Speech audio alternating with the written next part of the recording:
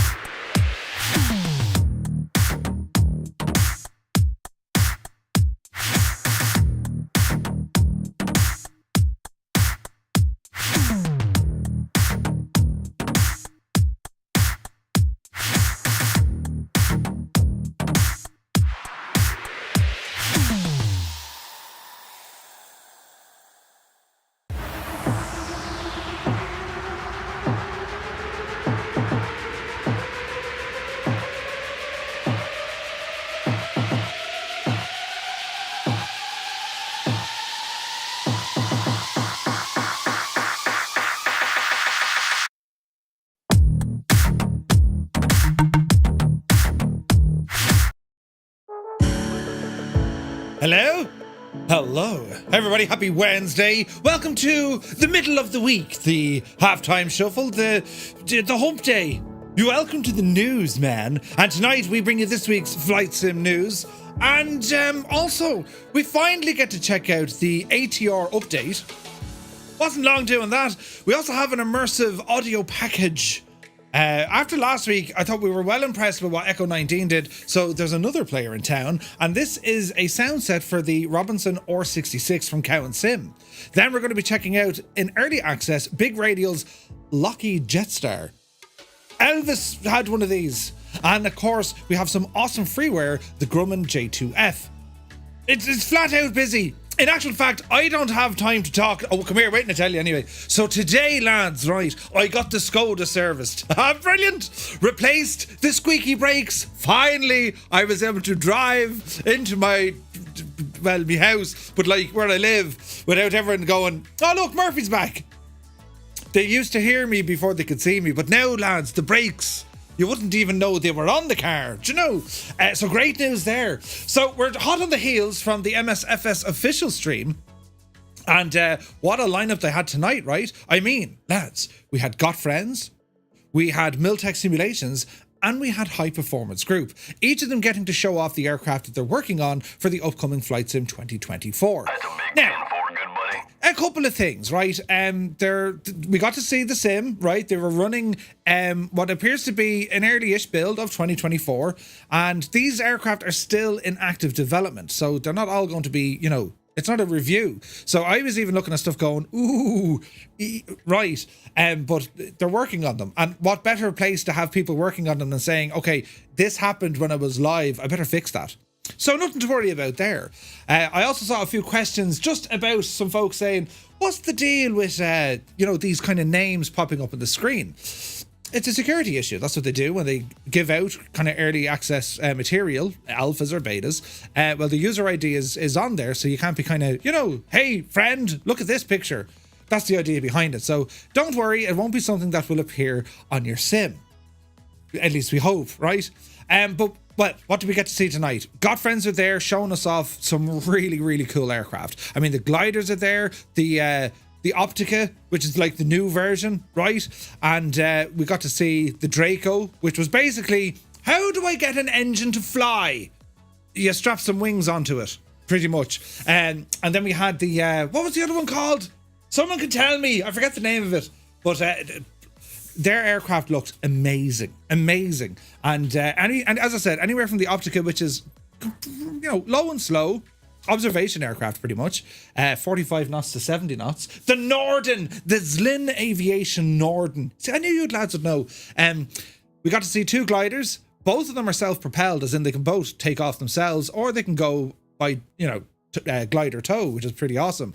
And I have to say, I was blown away with the textures. Did you see the textures of the seats and stuff? Looked amazing. And then, of course, the Draco, which is pure nuts. I got to have a spin of that over in Arizona that time. And, John standing beside me. He's like, go on, Murph, do this button. I was like, okay. Full power takeoff. Sure, it's like having a sneeze. Oh, gee, where's it gone? Brilliant crack, right?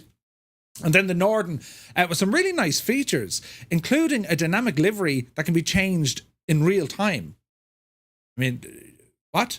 So they have 4 different templates, and you can edit the colors on the fly, and it'll appear like that to your multiplayer friends as well. That's something brand new in the sim, and it looks awesome. Seems to be custom built just from Got Friends though.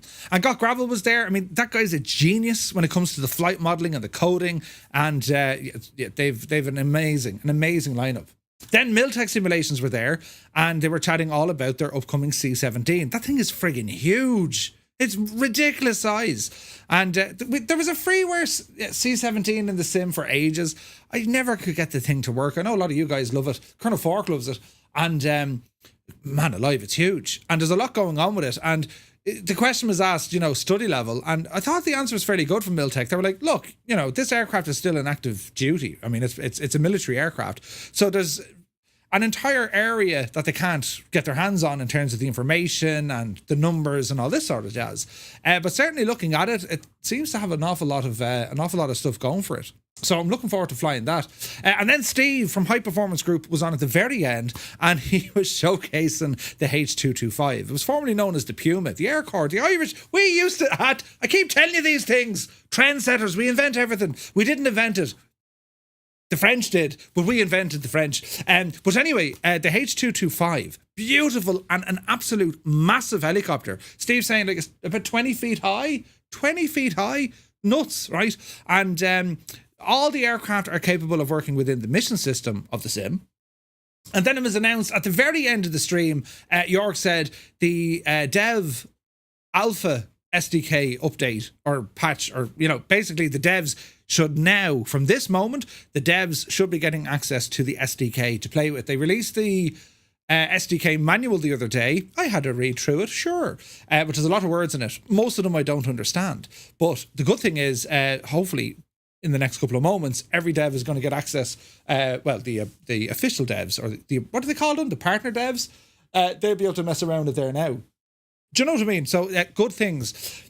I am a little bit kind of worried. Is worried the right word? Or this is genius by Microsoft, right?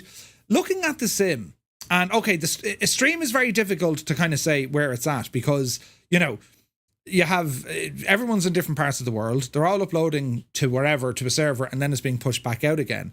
And internet speed is a big thing when it comes to how a stream kind of comes across to us. So you're going to see things like low frame rates or bad colors or bland colors and all this kind of stuff. But there was a couple of bugs there. And we're how many days? How many days? We're in a matter of days, friends, right? Where's the button that Gibbo made? It's up here, look. We're 26 days out. Well, 27 days out. So it's either a little bit, Janie, then, are we all right there, lads? Or it could be the case that show them things that are possibly worse than what they are, and then when it does release, it'll be wonderful. Either way, I'm very confident it'll be grand, but just a little bit kind of, But the time is flying, isn't it? The time is absolutely flying. So we've already seen now Flight FX showing off their aircraft. Now we've seen Got Friends, Miltech Simulations, and of course High Performance Group. It's getting exciting, isn't it? I mean, even looking at the footage that we saw there today, you saw the glitch with all the rocks on the runway, right? And okay, that's it's a glitch because let's put every single rock and put it on the runway. I mean, it's not going to work that way. But the point I'm trying to make, I'll get there eventually. What you'll have And this is a feature of Flight Sim 2024, especially in bush conditions when you're landing at not your typical airport, i.e., concrete or tarmac or whatever. You're going to be landing out on, the grass or on like a dirt strip. Well, you have to check the ground first, because if there is a big rock or a stone there, you'll hit it. Do you know what I mean? So there's great consequence now when it comes to planning your landing. And I love that, because that's something new. It's a challenge to us. And even with the grass, a lot of the grass areas, they're saying, they're very kind of bumpy and whatever else. It might be a little bit too bumpy. But again, for us, when we're going to be flying, we really got to check it out. And there's consequence. You can't just put the plane down. Hang on, can I actually land there? And the same is going to happen in water. I mean, you got to check the direction of the waves, the height of the waves. So that's really exciting, because that really does impact on how we fly. What else did they go through? They went through other bits there as well. It was very good though. Do getting to see the sim. It still looks a little bit janky. It still kind of pauses and whatever when you go through a menu. Let's hope they have all that sorted out. There is a kind of a weirdness. I don't know. Does it bother you? I mean, when you're in outside walk around mode and when you click on the door to get in, it's like a cutscene, and then next thing you're in there. Right? I don't know how good or bad that is. Let's see what happens. If it'll be an option perhaps to turn on or turn off. Who knows, lads? Who knows? But yeah, you kind of teleport into the plane, right? But I do still think, just sitting there watching the devs talk about the aircraft that they're building, right? And there wasn't much of why this aircraft, where was the passion behind it? I mean, because I don't know, is it like a corporate project? I'm unsure, but you can definitely see the smiles on their faces when a lot of questions came in from the chat saying, hey, does it do this? And they're like, oh yeah. Does it do that? And they're like, yep, that too. So you can really see the passion there. So I would love to see more of that. Otherwise, it's just like, here's a box. I made the box. You go play with the box. Do you want to know about... Wait and I tell you what I've made. This thing has angles, right? And it's made out of the finest board of card. Do you know what I mean? It's all about kind of... share your passion. Because these guys must have been working on these projects for quite a long time. And depending on how big each of the teams are... well, that's going to vary the development time, right? And again, it was said... Shh! Stop pressing the... That's lovely carpet.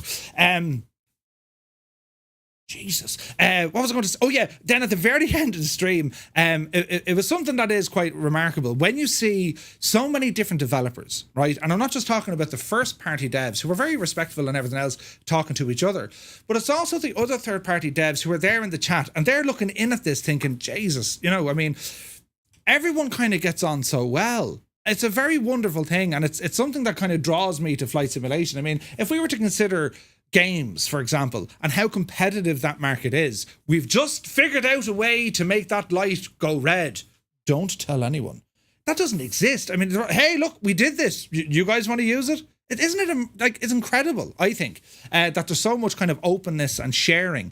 And obviously, things will get competitive, but it's still great to see that there is such an openness from developers, which is great. It's great for us because we'll see an aircraft and we're like, oh man, why can't it do this? And a dev is like scratching his head. Well, I don't know how to make it to do that. And then they kind of say, well, talk to this guy, he'll help you out. And we've seen that so many times. We've seen that so many times with other aircraft in the sim. A developer can only go so far with it. The next thing, I'm going to talk to this guy. And they help them, which is brilliant, But anyway, that kind of brought us up to speed to now. So it was a very good stream. I think the VOD will be on YouTube as well if you want to look back at it. The viewing kind of quality, it was a little bit dodged. There was a bit of an echo. You know what I mean? There's not a whole lot you can do. Showing off Flight Sim 2024 was definitely great, but... hello there. You have to kind of manage expectations because it's how it's being delivered to us. It's a little bit on the... Do you know what I mean? But still, it's more of what it is we want to see. And as we say, in 27 days and a bit... well, we're going to have the sim ourselves. It's going to be amazing. It really, really is. So anyway, where are we at? We're over here tonight. As I said, we're going through all this week's flight sim news. There's not an awful lot in terms of quantity, but there is quite a bit in terms of quality. There's big news. So we'll get to that here now in a moment. How's your week going? It's only Wednesday, right? It feels like a second Monday to me. Such is the week I'm having. It's extremely busy. Flat out from one end of the day to the next. But sure, listen, we can see the weekend on the horizon. It's just over there. Come here to me. Oh, we're nearly there. We just have tonight, tomorrow, and a bit of the next day. And then we're there, friends. And did I mention it's a bank holiday weekend in Ireland? Right. Brilliant. The last one of the year, though. Right. Well, until Christmas, I suppose. But anyway, who's here? Look. We'll ramble into the chat and say hello to everybody. Airwolf, you're very welcome aboard. Viper Strike is here. Good afternoon. Flipper Alloy, welcome in. Super Typhon, happy Wednesday. APU Inspector is here. Vince C, you're looking well. Tarnish Mossman in the house. Mr. Dan, good evening to you. Lee Dixon is here. Liptorius, good day. Willow How Much is here. Airwolf, subscribing for 30 months. Airwolf, you absolute ledge. Thank you very, very much indeed, dude, for all the insane support. You absolute mad thing. Fierce Wolf, looking fierce. Yeah, Wolfie. Welcome in, Wolf. Fierce Wolf. Swap21, hola. Kiwi for Life is here. Let me see, just busy. Echo Charlie, welcome aboard. Vacuum, good day. Hope all is well. Fatrat CSB, happy Wednesday. Bell Bro is here. He says, how are you, Murph and Fireflies? Buckle up and get ready for the news, Aj. Just put Aj on the back of every single word that you know, Aj. Brilliant. People look at you, you know, like there's something wrong with you. It's brilliant. And then you just kind of look at them. Yeah. John Raids, good evening. 'Tis the ump day. Indeed it is. Sean Dale, welcome in. Mick Ham is here. Led Ballooner subscribing for 10 months. Thank you very, very much indeed, my guy. Hope you're well. Commander Balosh is here. Good evening. Little Trader, welcome aboard. 6 Knots is in the house. Kieran, how is she cutting, man? Hope all is well. CP65 is here. Iowa Scotsman, good evening. Now let me see. Jesus, Tom, welcome aboard. Mr. Skoo is here. Time for the news, indeed. Nightsap, good evening. Purple Kona is here. Energizer, he says, evening. Busy night tonight. Jesus, it is busy. Yes, we've a lot to get through. We'll be grand. You know what I'm like for timing. It'd be precision, you know. Precision, right. Purple Kona, what did Miltech show? They were showing off their C-17. The Boeing. Isn't it? It is a Boeing, isn't it? It is it is a Boeing. PH Roy, 7 months. Mother of Jesus. Another month of being a part of the best flight sim community has passed by. You absolute ledge, Roy, thank you very, very much indeed. You're back in the will now. Comments like that get you into the will. I'm just saying, you know, there's a pair of Crocs in your future. There's a pair of Crocs. Chalks is here as well. 30 months at tier 1. Thank you very, very much indeed. Jesus, lads, the support of this hour of the night. Thank you very much. DJ Seamus is in the house. Welcome in. Now, let me see. Helric, he says, good evening, Murph and gang. Happy top of the week to you. And to you. Flying Trits, welcome aboard. Cy Murray is here. Good evening. Andy Brown. Hello. Good to see you, Andy. Hope you're well. Right now, Sergeant Beast, good evening. Why can yes? He says, grand evening all. Best part of the day is with you guys and the Lord of the Skies. Lord of the Skies, listen. Is it skies or disguise? You know, for all these years, I'm really Gibbo, right? Could you imagine? Do you know, I'm far. I've never been on a camel, so I just can't be. Picture the camel. Best thing since 2024. Now let me see. Soaring AJH, man, you're looking well. Spitfire RAF 100. Welcome aboard. I keep saying welcome aboard. But sure, well, yeah. Old Veteran 965. Hey, Scott. He says, howdy, all. Hope all is well with everyone watching from the comfy recliner. You're very welcome in, Scott. Happy Wednesday to you. DeBlaze is here. And, Jesus, we were in Truck Sim last night. Who did I bash into? Was it DeBlaze or was it DJ Shape? Someone got a terrible doing. First time in Slovenia and someone got a terrible doing. It was hilarious. Sunjammer, 25 months. Thank you very, very much indeed, Sunjammer. He says, tonight, live from Ireland, we present the show of the week, presented by 2-to-1 Jeez, 2-to-1. I'll be chatting with Blue this weekend. We have a stream this weekend, friends, with the Flight Simulation Association, the FSA. And we're talking about all things Microsoft Flight Sim 2024. It's being hosted by the FSA. And, you know, FS Elite are there, MSFS add-ons are there, Blue Games is there, I'll be there, there's others there as well. But this is me chance, you know, a 2-tone Murphy. You know, not 2-to-1. Don't mind 2-to-1 now, but like, it doesn't make sense. Doesn't it make sense? But anyway, we'll move on. Eamon 1973. What about your squeaky joints, Murph? Oh. Jeez. Yeah, they're still working, Eamon. They're still working. Englewood Online is here. SK Sun, good evening. Stick Figure, welcome aboard. Right, Cold Feet, Warm Hands. Murph in Skoda stealth mode. Indeed. Skodas are brilliant. Toto2495, he says, Murph and chat, happy midweekage, all. You're very welcome in, man. Right, over here now. Bellbro, he says, what? You couldn't tell the brakes are even on the car.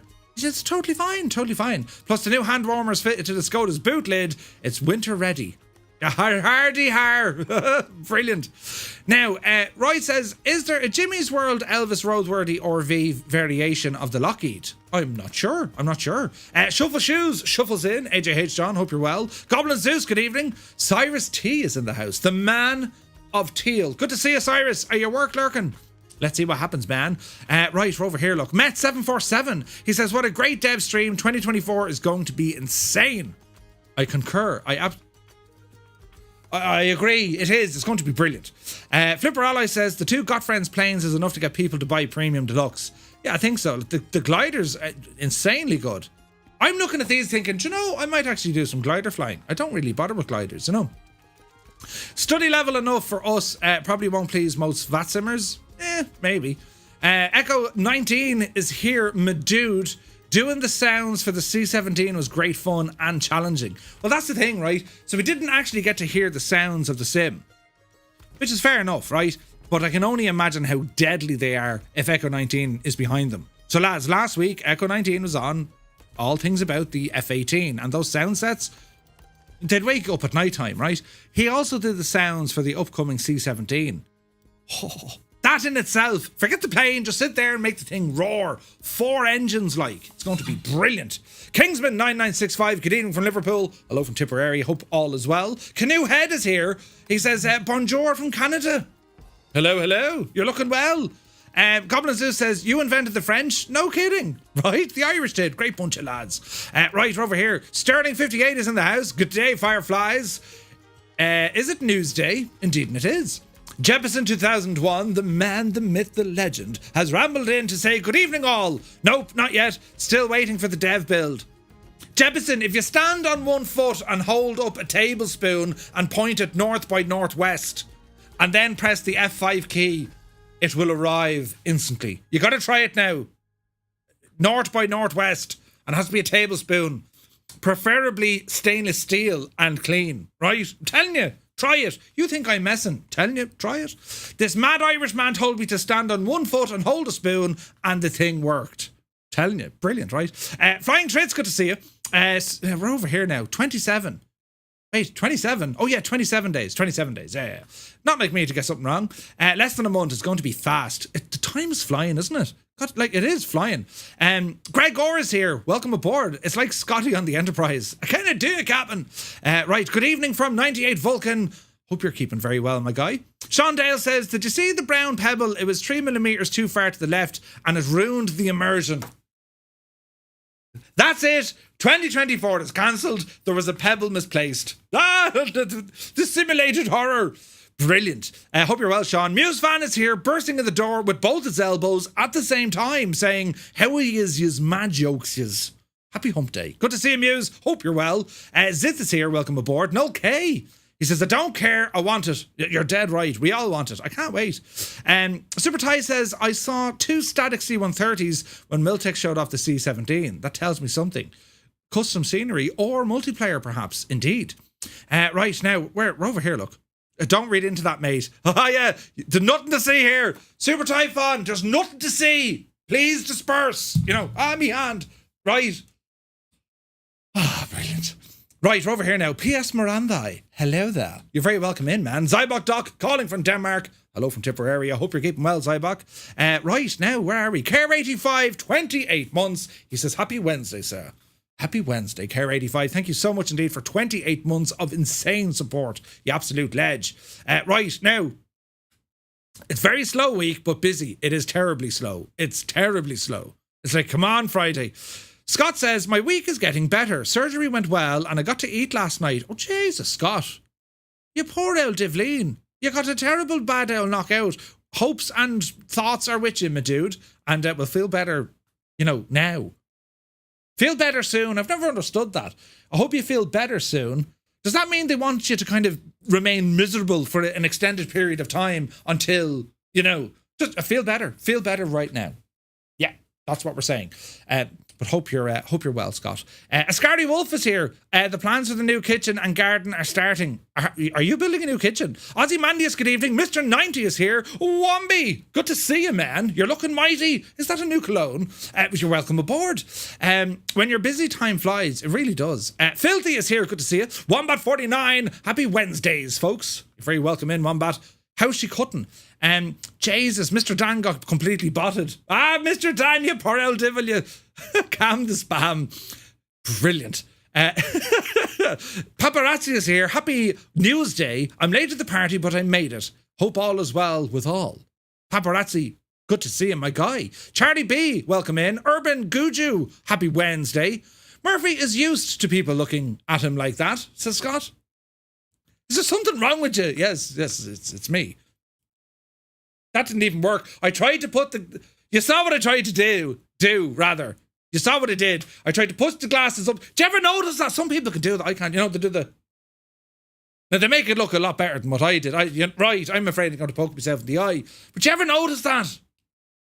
That's kind of a gesture. Right? Sometimes that's all you need, if you know what I mean. Hello there.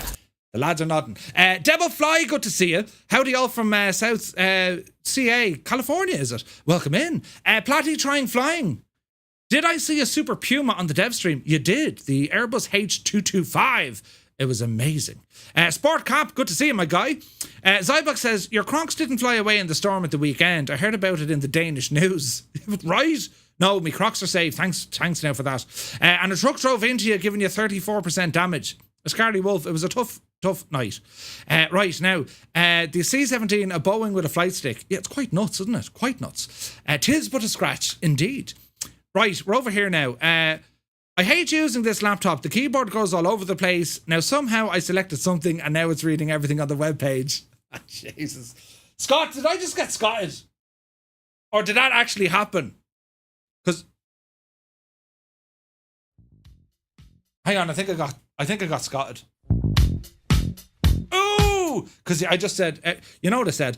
One Fly Air is here. Good to see you, man. JP signups.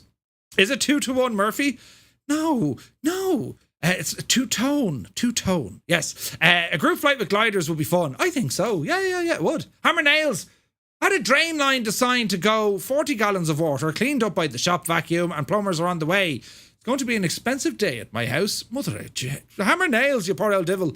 Sandbags, they'll do it. Johnny F73 is here. He says, which version of Microsoft Flight Sim 2024 are people thinking of buying? Vast price range, not 100% sure if the Aviator Premium Deluxe is worth it over the other versions. I suppose it depends on how good the included aircraft are. Well, Johnny, here's the thing, right? So if you're going for the Aviator Edition, that's going to include all the local legends. However, if you already have the local legends or the ones that you wanted, well, they'll transfer into the new sim just fine, right? Shameless plug, but if you scroll down, you know, on the screen here on Twitch, you'll see that there's a picture that says Games Planet. And if you click on that, it'll actually show you can get a 15% discount on any of the upcoming Microsoft Flight Sim 2024 options. I mean, 15% off the standard, which is a little bit, but 15% off the Aviator Edition would save you some nice spondoolies. So click on the gadget and see what happens. Do you know? Flight Sim 481, good evening, my guy. Hope you're well. Let me see. Kanzui is here. Just placed me order for the Sim Premium Deluxe. Come on. Jesus, Kanzui. How much did that cost you? I could have saved you a few bob. It's all right. Say nothing. It's grand, right? But yeah, great stuff, man. Right, now, Jefferson says, Murph, that just worked with the tablespoon. Thanks, my dude. Download now. It worked now, Jefferson. In all seriousness now. Serious. In all seriousness, did it actually work? Because if it did, I mean, we're going global, lads. Right? That's it. If it genuinely 100% worked, or maybe he's just saying that to humour me and say, sure, that feckin' Egypt, he's all right. If this actually worked, right? Got friends are here. Premium Deluxe, baby. Get the North. It did work. It worked, right? So I said, yeah, baby. Right? It worked. I'm not surprised. I knew it was going to work. It actually worked. Jesus, That actually worked. That's brilliant. Oh, for God's sake. You've seen it. The authoritative person in all flight simulation is this Egypt. Listen to what he has to say, and it'll work. I need endorsement. Pass the spoon. We're going to make a fortune selling spoons. We're going to be rich. Brilliant. The spoon of power. Jesus. Great. Jabson, put on the kettle, because if you're only downloading that now, I suspect you're going to be up for the next several days. That's hilarious news. Right? Oh, Jesus. Right, now we're up. Jesus. All right. We're there. It was grand. North by Northwest. It's a Hitchcock movie from 1959. Jesus, there you are now. Proby Pete is here. Good day from Arizona. You're very welcome aboard. I got a message from the Geek Squad that my computer is ready. I'll bring teenage with me to carry and lift it into the car and bring it into my house. You'll bring someone younger to carry it, basically. I mean, I don't know how to read that. Spoonage is real, right? The spoon, lads, the spoon. Night Wolf is in the house. Good to see you, man. Right. Jesus. Just for me, Merv, Liverpool are winning in the football. Kieran J. Jones, welcome aboard. Hope all is well. I found out I'll be moving out to Ireland next year for college. Oh, good man yourself. Kieran, drop us an old gadget on the Discord. Do you know what I mean? I'll give you the grand tour, right? Here's Dublin. There's Limerick. Stay out of there. There's Cork. Maybe only go down on a Tuesday. But the rest of it's grand. Do you know? The Midlands. It's great. I'm only joking. But do hit us up, dude. Right, now we're over here. Same old rig, just got some larger M2 drives. Oh, nice. Right, now we're over here. B. Carlo, good to see you, man. Old man Goat Hair. Hi, everyone. Been away for a while. And the place hasn't been the same without you. You're looking well, though. Cold Nebo says, I want mine with the works. Onions, anchovies, Skodas, everything. The Sim. Right, Daz Higgy, welcome aboard. Tima is here, and of course, Got Friends came into the chat. Premium Deluxe, baby, get the Norton. That Norton looks so good. It looks... Jonks, I never asked, can you fly that with the cowling off? If you just wanted to expose all the bare parts, do you know what I'm saying? If you wanted to fly with the engine cowling off, well, can you? Or would it break, right? Murph, you owe me £15, just saying, you see... Had you awaited, Kanzui, we'd have gotten you some sort of a... Right. It doesn't matter. It'll be great. Right, now we're over here. It sounds like spoonage is for real, right? There is no spoon. What are you talking about? There is. Tried it. It didn't work for me. You were holding the spoon. No. It's a certain way how you hold a spoon, right? John says, absolutely. Expose it all. Drop some weight and increase the wear and tear. Yeah, baby. Oh, I can't wait. Now, to our friends watching us over here on YouTube, you're all very welcome in, guys. Jesus, tonight is busy. Uniform Goose. Good to see you, Goose. Hope you're well. Elf is here. Delta Bravo, welcome in. Captain Irish Allen, welcome aboard. Maddie Lynn is here. Byron, you're very welcome. Stewarty is in the house. Nelly ST24, a very happy Wednesday. Yes is there. Jacobs, Spiner, Frankenstein. He says, here we almost go. Good to see you, man. Skyhawk is in the house. Nightmare 99, welcome in. Waylon Tutani is here. Dan Fruck, he says the F-18 audio from Echo 19 better be available on Xbox. Is it going to Xbox, actually? I hope it is. TG Sim says, I missed the dev stream. It'll be on YouTube. You'll catch it up there. Maddie Lynn, welcome aboard. Since we have an avatar, why can't we have the avatar climb into the plane? Yeah, I don't know, but see, the avatar isn't in third person, so I don't know what coding or whatever, you know. Nutty Slack is here. David Cleary, welcome aboard. And Marchie is here. Steve Stavros, welcome aboard. Hello from Yorkshire. Hello from Tipperary. I hope you're well, man. VGK Brian, he says the Irish invented the French, but who invented the Irish? The Irish, right? It's not like the chicken and the egg. I'm just saying, it's right. Flight Sim Pilot, good to see you. Do we have some A380 news? Yes, sir. Jack M is here. Kieran Niall, good to see you. Let me see now. Is it Broskus Plays? You're very welcome. Reaper is here. Andrew Cully, good to see you. Jamie Coyle, happy Wednesday. Tenured is here. Ronnie Dillard, hey Ronnie. Who else is here? John, good to see you. Black to Blue, Paul Hewitt. Hello from Kent. Hello from Tipperary. You're looking well, Paul. And pass the spoon, says David Cleary. Right, lads. Now, with all that kind of addressed, the spoon, you need to clip that and put it everywhere. That needs to be on the RTE news, right? I'm just saying, man talks about holding a spoon with one leg, north by northwest, presses F5, and your man got the thing with the yoke. It's absolutely brilliant. Right, transition time. There's the light out. You're probably wondering, why does he do that? It's a transition.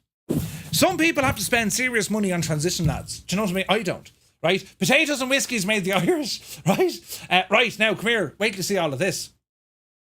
So, great showcase on the dev stream. It was brilliant. From all developers, I have to say. God, friends, I am so excited. I was even saying it before you rambled in. Like, it's the first time I'm looking at gliders thinking, man, I really want to fly them gliders. And, like, the friggin' texture work on the seats. And the stream, the way it came across, but like the texture work, the leather, man alive, it looks incredible. Cannot wait. So this machine we're looking at here, friends, well, it has been released in early access, but you need to be careful, and we're going to talk to you about it. And I'm not saying you need to be careful because the devs are kind of leading us up the track. They're not.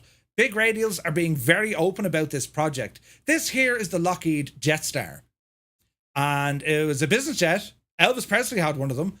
And looking at it, it's a beast. It has 4 engines on it, lads. The Jetstar, it has 4 engines, all right? And it comes with a couple of different liveries. The aircraft state, it's in early access, and the idea behind this... Time to pull the big switch, good buddy. Arch NDA is here, you absolute mad yoke. 20 viewers on a massive raid. Thank you very much indeed, Arch. Hope you're well, my guy. Welcome in, lads. Happy Wednesday. And we've just started. So you've missed nothing except for you only missed the most important thing of the night, where I had said to Jeppesen, you stand on one foot with a spoon, tablespoon, north by northwest, and he got the dev SDK. And it worked. Right. Anyway, with this aircraft, what Big Radials are saying about this aircraft is only purchase this aircraft in early access if you wish to support the developers. Right? So it's in a state that's flyable. There's a couple of nice things, but there's also a couple of, it needs more work, right? We are going to be checking it out because, any sort of aircraft like this, straight away I'm like, this is cool. I want to have a look at it, right? But also, Big Radials have done some tremendous aircraft. They've done really, really nice airplanes, and we know what they can and what they can't do. This is definitely outside of their comfort zone, and looking at what they've done thus far and where they're going to bring this aircraft, very, very exciting, right? Only purchase if you want to support the devs early access. Why don't you release it properly? Well, it takes time, I suppose. It takes time, Mr. Dan, do you know? But that's what they're doing. I mean, they could have sat in this for another, I don't know how long, 6 months maybe. Or they're saying, look, no, let's get it out there and start getting feedback from people. They could release it as, in a beta, but Aerosoft put out a post on Discord. I don't know if anyone saw that, where they said, look, okay, we got all your feedback and this is the direction we want to take that A330. Do you know what I mean? I think where devs are kind of half struggling, depending on the complexity of the aircraft and how big or small their dev team is or their beta team, getting the aircraft somewhat out there at a reduced price, because that's what they're selling this at a reduced price. If it gives them the feedback that they need, well, then it makes sense, doesn't it? Especially if they're going to, make the fixes or the enhancements or whatever. You know what I mean? That's what I think. But we'll be diving into this now in a little moment. We must start off, friends, with the news, and I have it hidden down here on a page. And for the first time, the tabs don't go all the way onto the next screen. This is great. This is great news. So a big shout out to the providers of said news for this evening. MSFSaddons.com. Big shout out to Vasco. Big shout out to Callum and the lads over at FS Elite. A big shout out to the guys at Threshold. Awesome news there as well. And we'll get to it. We'll get to it. So we're going to start off with news from Fly-by-Wire. The A380X. They've mentioned an open alpha and it's due to be releasing soon. This is potentially friggin' huge news. And I just love this photo, this screenshot. That's the A321X, and then you have the A380 beside it. The scale of this behemoth is ridiculous. It's massive, right? Anyway, Fly-by-Wire Simulations have provided an in-depth update on the upcoming A380X project, revealing that the aircraft is entering an open alpha stage. Announced almost 4 years ago, the A380X has been eagerly awaited by the community, and the developer preview will now give users their first hands-on experience. Fly-by-wire state that it will be an early stage release and many systems remain incomplete or inoperative. The alpha version will allow users to experience a significant portion of the aircraft's functionality, but they should expect ongoing improvements as the development cycle continues. Now, what are we going to expect? Well, the open alpha will provide simmers with an early, though incomplete look at the aircraft. Fly-by-wire cautions users that some features may not yet function fully, although it is possible to perform basic flights, including use on Vatsim, which is important. The alpha is intended primarily for external contributors and developers to offer feedback and engage with the team as the aircraft progresses toward a more complete state. Fair enough. Now, there's screenshots here we'll have to have a look at. The current version allows for functional flights, but various systems such as flight controls, electrical system, and hydraulics, well, they're still being worked on and refined, right? Hello there. Hello there. Crisp Kent, thank you very much indeed for the follow. Good to see you. Larry is here. Hey, Larry, good to see you, man. Fly-by-wire warns the current build is quite heavy on resources, and we should expect roughly a 25% drop in terms of performance when being compared to something like the A32NX. So it's considerably harder on the frames. Fly-by-wire have highlighted several core features already implemented. Among these are the Custom Flight Management System, the FMS, accurate primary flight displays, the nav display, and also a detailed failure simulation. The FMS, based on Fly-by-wire's FMS version 2, supports the leg types. How do you even pronounce that? Is it air or ARINC? Hello there. Right? And complex flight procedures, offering robust sequencing and also waypoint managing, right? Welcome in, Lynx. Good to see you, man. Thank you for the follow. The team have successfully modelled various aircraft systems, including electrical, pneumatic, and environmental systems. There's over 140 system failures that can be triggered via the EFB, and the flight control surfaces have been modelled with precision, including hydraulic and electrical actuation, and the aircraft features a custom physics-based wing flex system, ensuring realistic reactions during various flight phases. A key visual feature is the detailed external and interior modelling. The team investing thousands of hours creating a photorealistic model using real-world textures and advanced techniques to make the aircraft visually striking inside and out. System requirements, it's funny because they need to actually talk about system requirements. They have a minimum of an Intel i5 or Ryzen 3 with a GTX 1060 or RX 480, basically 8 gigs. Recommended settings will be a 1440 at 30 FPS, call for an i5 or Ryzen 5 with a 3060 or RX 6060 XT. And then if you want to push the absolute bejesus out of it in 4K, well, you'd want something like a Ryzen 7, an RTX 4080, or so on. So it's quite, she's going to be heavy on the resources. So they are focusing primarily on 2020. They've also confirmed that it will be compatible with the upcoming 2024. However, they caution that compatibility updates for 2024 will take time, as adjustments to the 3D model and systems will be required. It could take weeks or even months following the release of the new sim. Fair enough. As part of the development approach, Fly-by-wire has stated they do not intend to join the official marketplace, meaning users will still need to download the aircraft directly from an external source. Additionally, the career mode will be exclusive to marketplace content. The A380 will not be integrated into that system.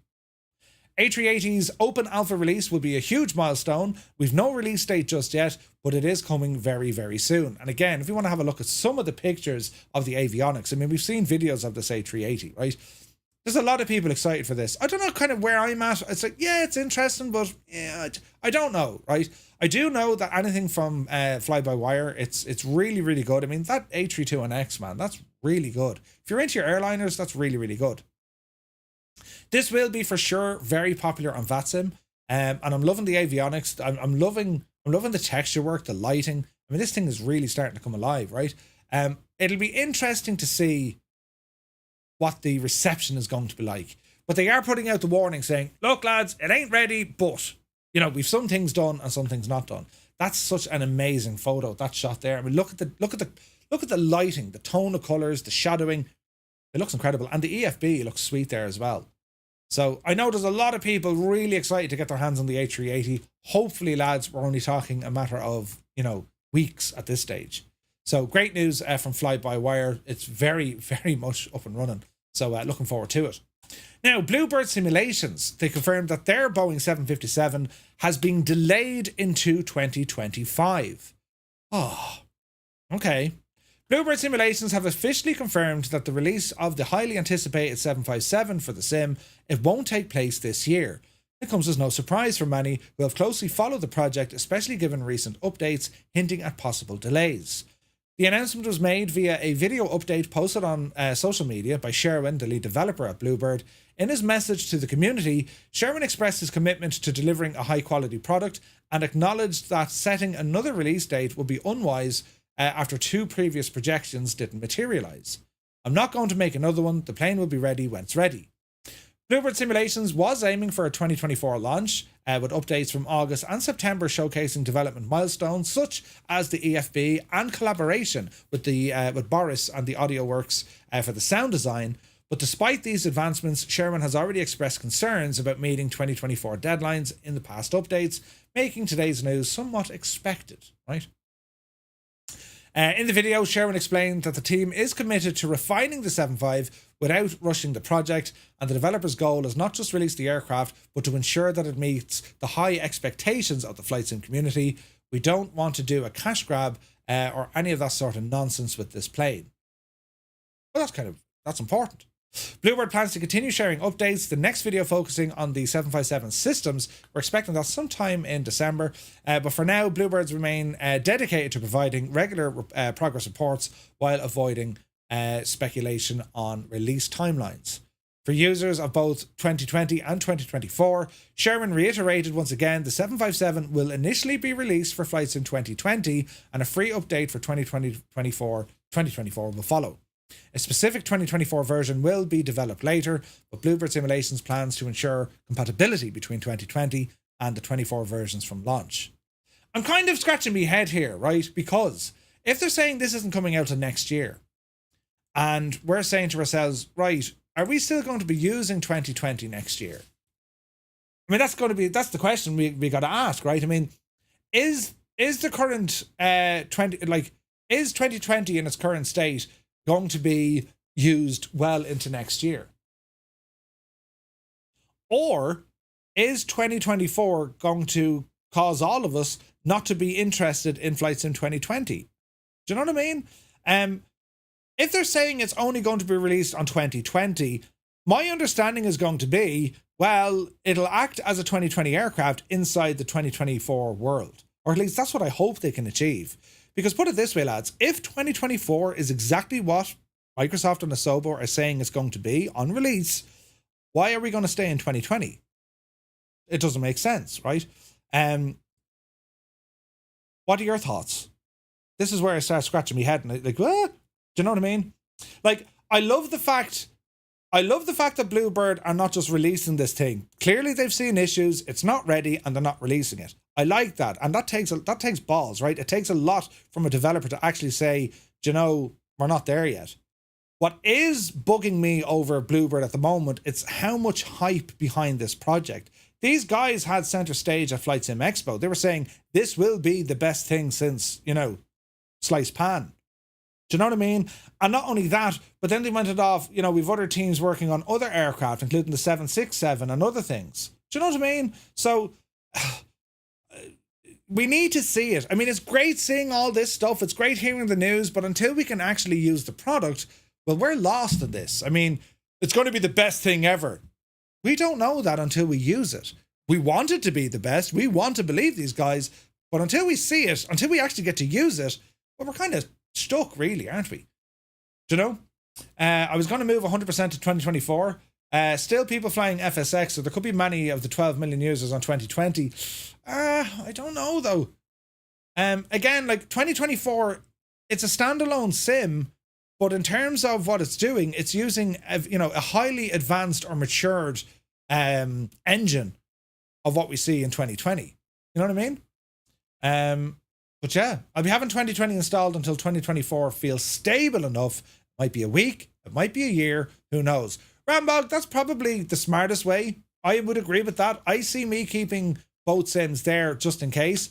That's the different wingtip variants. I was freaking out there. I was like, double wingtips. That's probably the safest bet. However, to a lot of folks in the community, they may not have those options. They mightn't have the infrastructure to have both sims up and running. You know what I mean? Many got it from Game Pass for PC. They'll get many got it from Xbox Game Pass for PC, or for PC. They'll get it in 2024. Yeah, they will, 100%. I still have concerns for multiplayer in 2024, says Wombat, as do I. The developer SDK, I mean, you can read it. It's available for 2024. There's no changes to SimConnect. Nothing that I saw. The same kind of, the same SimConnect calls. They're the very same, right? Talking to Seb and Jorg, their idea of how multiplayer is going to get better, or at least, slightly better, yet now have more aircraft models, so the aircraft model matching should be better. And because there's less strain being pulled from the servers, it should function a little bit better. I'm not convinced. Do you know what I mean? I still think we're going to have issues with multiplayer. Are we going to have the same annoying bugs that we're getting? Planes just disappearing? I would hope not. But in terms of any kind of new things when it comes to multiplayer, the ability to, block another aircraft, or the ability to, have a larger private group, we know nothing. We know nothing. Like, they haven't said anything. And if they ain't saying anything, chances are they don't have anything on it yet. We're only 4 years waiting. But yeah, we'll have to wait and see. 98 Vulcan says, my only concern for the future of my simming is our third world country internet speeds. I take that back. Worse than third world country internet speeds. Well, it depends on where your location is, right? And there are options. Like, again, I remember saying this to Jorg. I was like, Jorg, what's the story about internet connection for flights in 2024? And he said, it's an internet required product. It needs the internet. It just does. It needs the internet, right? And that's how the whole thing works, because it's streaming data. It's like saying, oh, I really want Netflix. Yeah, but you need the internet. No. That's kind of where we're at, like. Depends on where your location in the world is. Jorg even said he has friends in parts of the world, and he says their computers are like top of the range, highest spec you can think of, but their internet is really, really bad. Perhaps there are options there with the likes of, say, Starlink, or, mobile broadband, or maybe there's options there. But if there's not, well, there's not much anyone can really do. It's an internet required product. We can't get around that. You know what I mean? I'm not saying that to, make you feel bad or make you feel better. It is what it is. It needs it. Dougal says, from what a couple of devs have said, I now have very little confidence in multiplayer. Well, are we expecting it to be worse? Right? I mean, let's talk about multiplayer as it is right now. And I'm going to be very critical here. The multiplayer experience right now, and you tell me if I'm right or wrong. The experience we currently get in multiplayer right now is better than what we were getting 12 months ago. Is better than what we were getting 12 months before that, but collectively is worse than what we were getting 12 months before that. If that makes sense. Up until Sim Update 5, multiplayer experience on Microsoft Flight Simulator was pretty damn good. It just was, lads, up until Sim Update 5.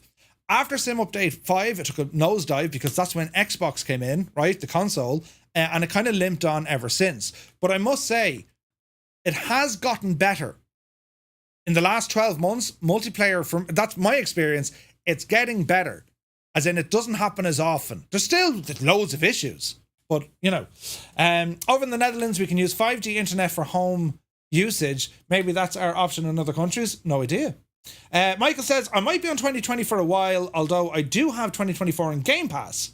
Well, that's the thing, right? And that's hopefully, if you guys want to, try it before you kind of really have to submit and buy it, Game Pass is your option. Game Pass is a real option.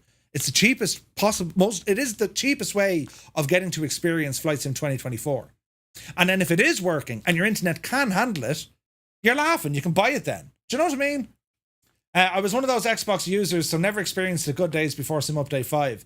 I just remember before Sim Update 5, it was bulletproof. The multiplayer experience, bulletproof. Sure, we had it. Remember the Thunderflies and the accuracy that the lads could do. Unbelievable. unbelievable. There was nothing that they had to do to counteract the sim in terms of stuttering or this, what do they call it? Elastic banding. None of that was active. I think you still had a limitation on the amount of aircraft that you could see, 20 something.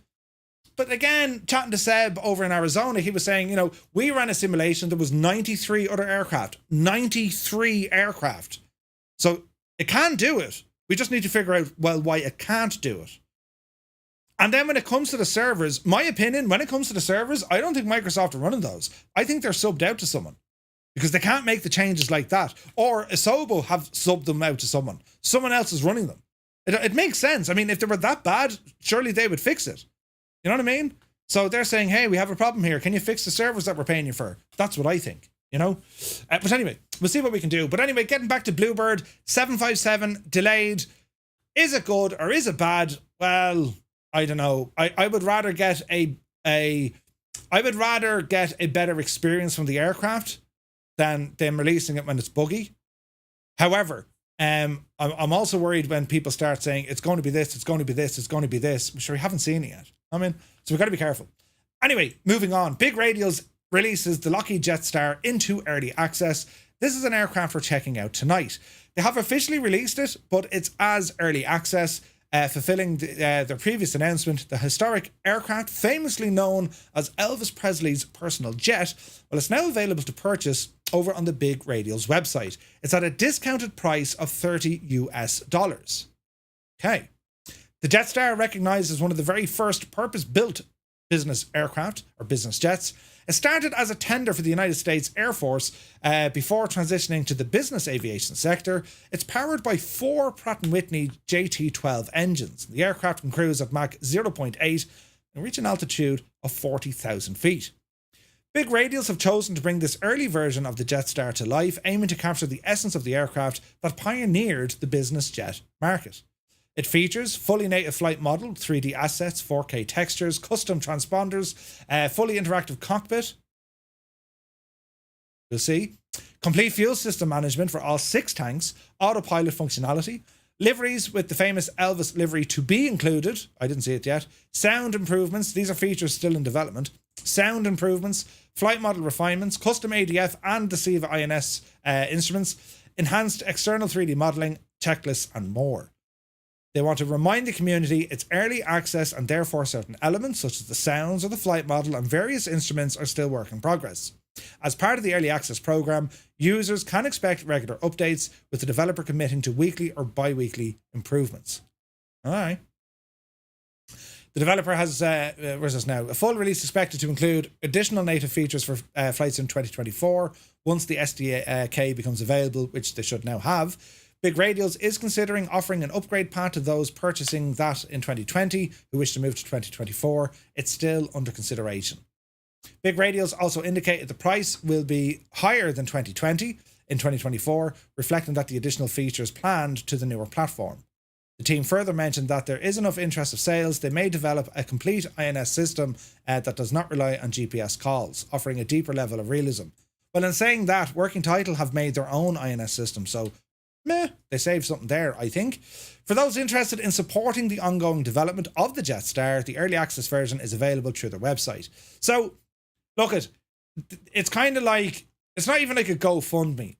If you're interested in the aircraft and you want to support them during the development, this is one you want to look at. If you're into the aircraft.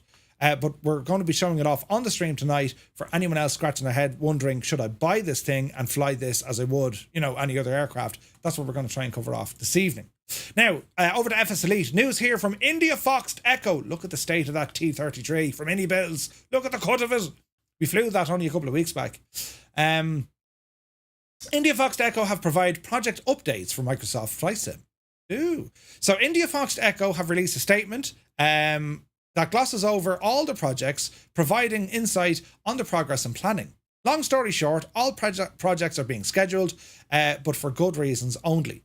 So they started talking about the Eurofighter Typhoon. The fighter jet is fairly near complete when it comes to the external modelling, with the first pass textures in place, missing only that of the landing gear, slat actuators and the wing pylons. The interior model is ready, instrument coding currently on hold, waiting for 2024 Dev Alpha. Okay, so that's on hold.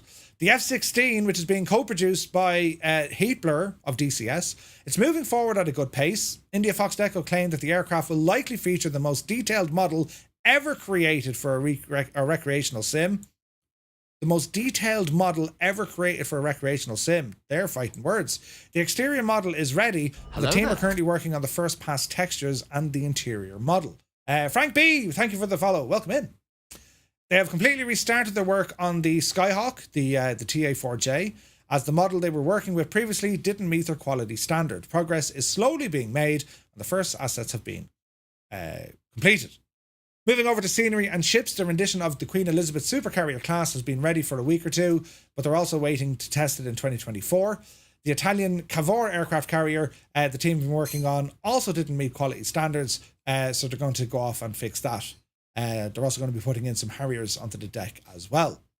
The company is also working on a few new projects, which they labelled in the original post as distant future projects. The first being the Aermacchi MB326, a military jet fighter from the 60s, the precursor to the 339, which was also released by India Fox Deco, and the first military jet to come to Microsoft Flight Sim. It's exactly 2 years since we've had that. The MB326 project currently on hold, as they're working on the Typhoon. And they're also working on a Grumman E2 Hawkeye, a carrier-capable early warning aircraft. You ever see the big, they have the big radar satellite on the back of them. Anyway, they're going to reevaluate it in 2025. There's also a Aermacchi MC-72 in the works, which is a float plane, set world speed records for piston engine powered seaplanes all the way back in 1933. And the latter of which still stands. They're working on the Ansaldo SVA, a First World War Italian reconnaissance aircraft. Finally, the company also mentions development of a space shuttle, which is currently just a toy project, but Microsoft Flight Sim 2024 is expected to open up new windows for spacecraft. This is potentially freaking huge, right? Because we saw on the Tech Alpha that I did, right? You all saw the Tech Alpha I did, didn't you? What do you mean you didn't see it? Why didn't you see it? It's important. Where is it now? Look, I have it here, look. Don't mind that terribly good-looking fella. This is what I was able to do during the Tech Alpha, right? In stunning 4K, lads. I was able to do this in the Tech Alpha. And basically what this is, I was able to drone the camera all the way into freaking, like all the way out. And okay, there's a little bit of kind of weirdness with the horizon line, but by and large, the entire world is rendered there in front of you. And as you move down closer, well, it loads it in and it builds up the maps that you're going to be able to fly to, right? And it proves that the world isn't flat.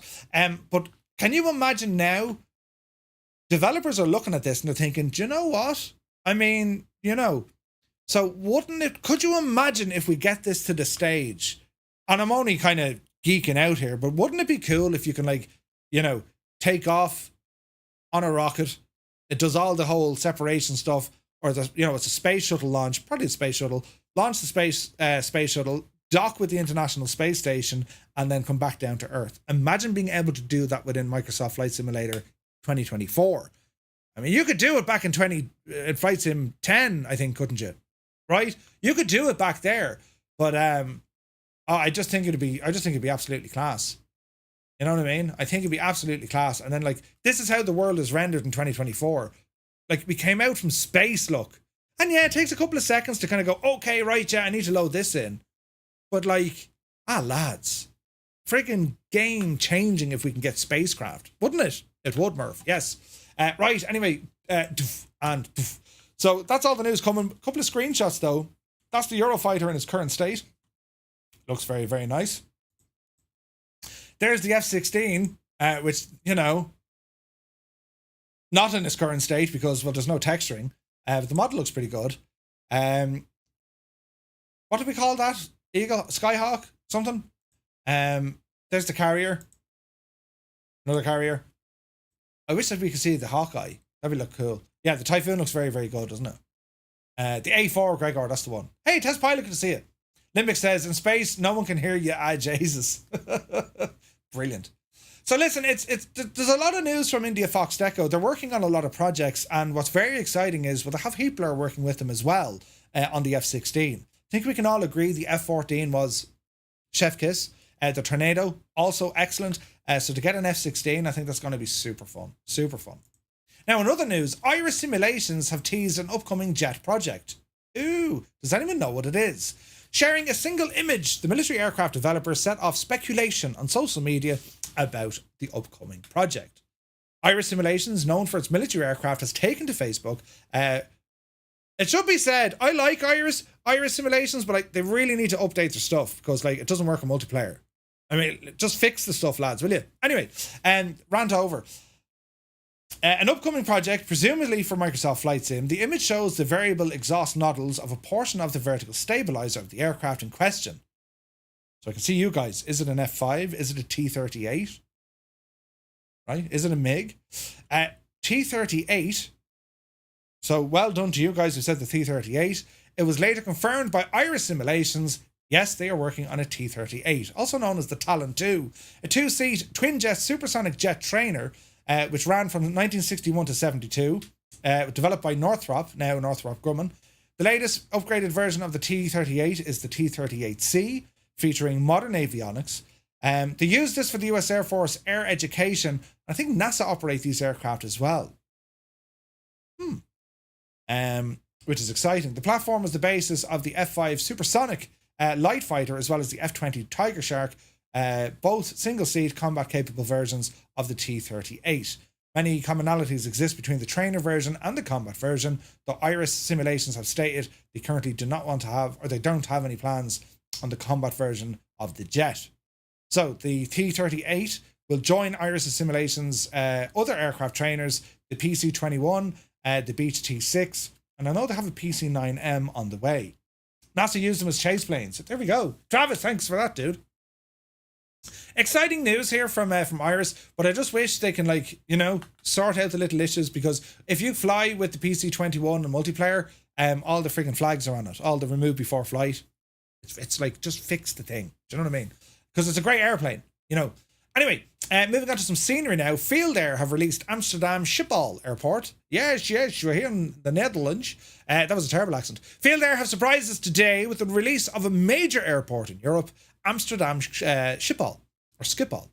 Priced at around €15 plus the tax, the version of Schiphol promises to be affordable and a significant upgrade over the default airport, balancing a noticeable increase in detail and realism.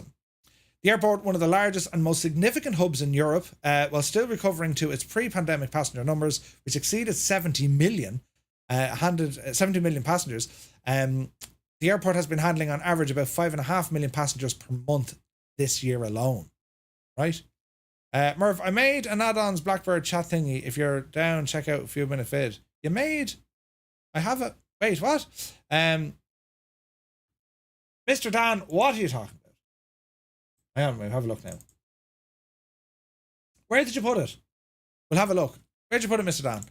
Dan? Anyway, getting back to this. It serves as the primary airport in the Netherlands, major hub for KLM and also other carriers, 6 runways, unique single terminal design, and it is a favourite amongst enthusiasts and spotters. The design is distinct due to the large footprint and its location below sea level, over 3 meters below, in fact, making it the lowest altitude international airport in the world, or one of them. Right? Pretty cool. Field Air's rendition of Schiphol brings many of these real-world features to life. The airport includes over 80 highly detailed buildings with PBR texturing, giving the terminal and surrounding structures a more realistic, lifelike appearance. The terminal interior is also modelled, providing simmers with a glimpse of the architecture beyond just the exterior. On the ground, they've completely modelled the aircraft or the airport's surfaces, including realistic decals, dirt, and weather effects. Taxiways, lines, and surfaces all recreated with high level of accuracy. The attention to detail extends to the realistic runway slopes, something that can be sometimes overlooked, but is vital for pilots who want to experience a more accurate approach. Custom animated jetways, nice. Lighting is another highlight, improved both taxiway and runway approach lights to better match what pilots see in the real world, and so on, so on. It's priced at around €15, right? And you can pick it up there through Sim Market. I've no video on it, but you can see from some of the pictures. I mean, pretty cool, right? Pretty cool. Right, Mr. Dan says it's in the add-ons page as we ramble over. Good man, Mr. Dan. This is our Discord, by the way, lads. If you've never been to our Discord, this is where we all hang out, do you know? And we talk about aviation and amongst other things.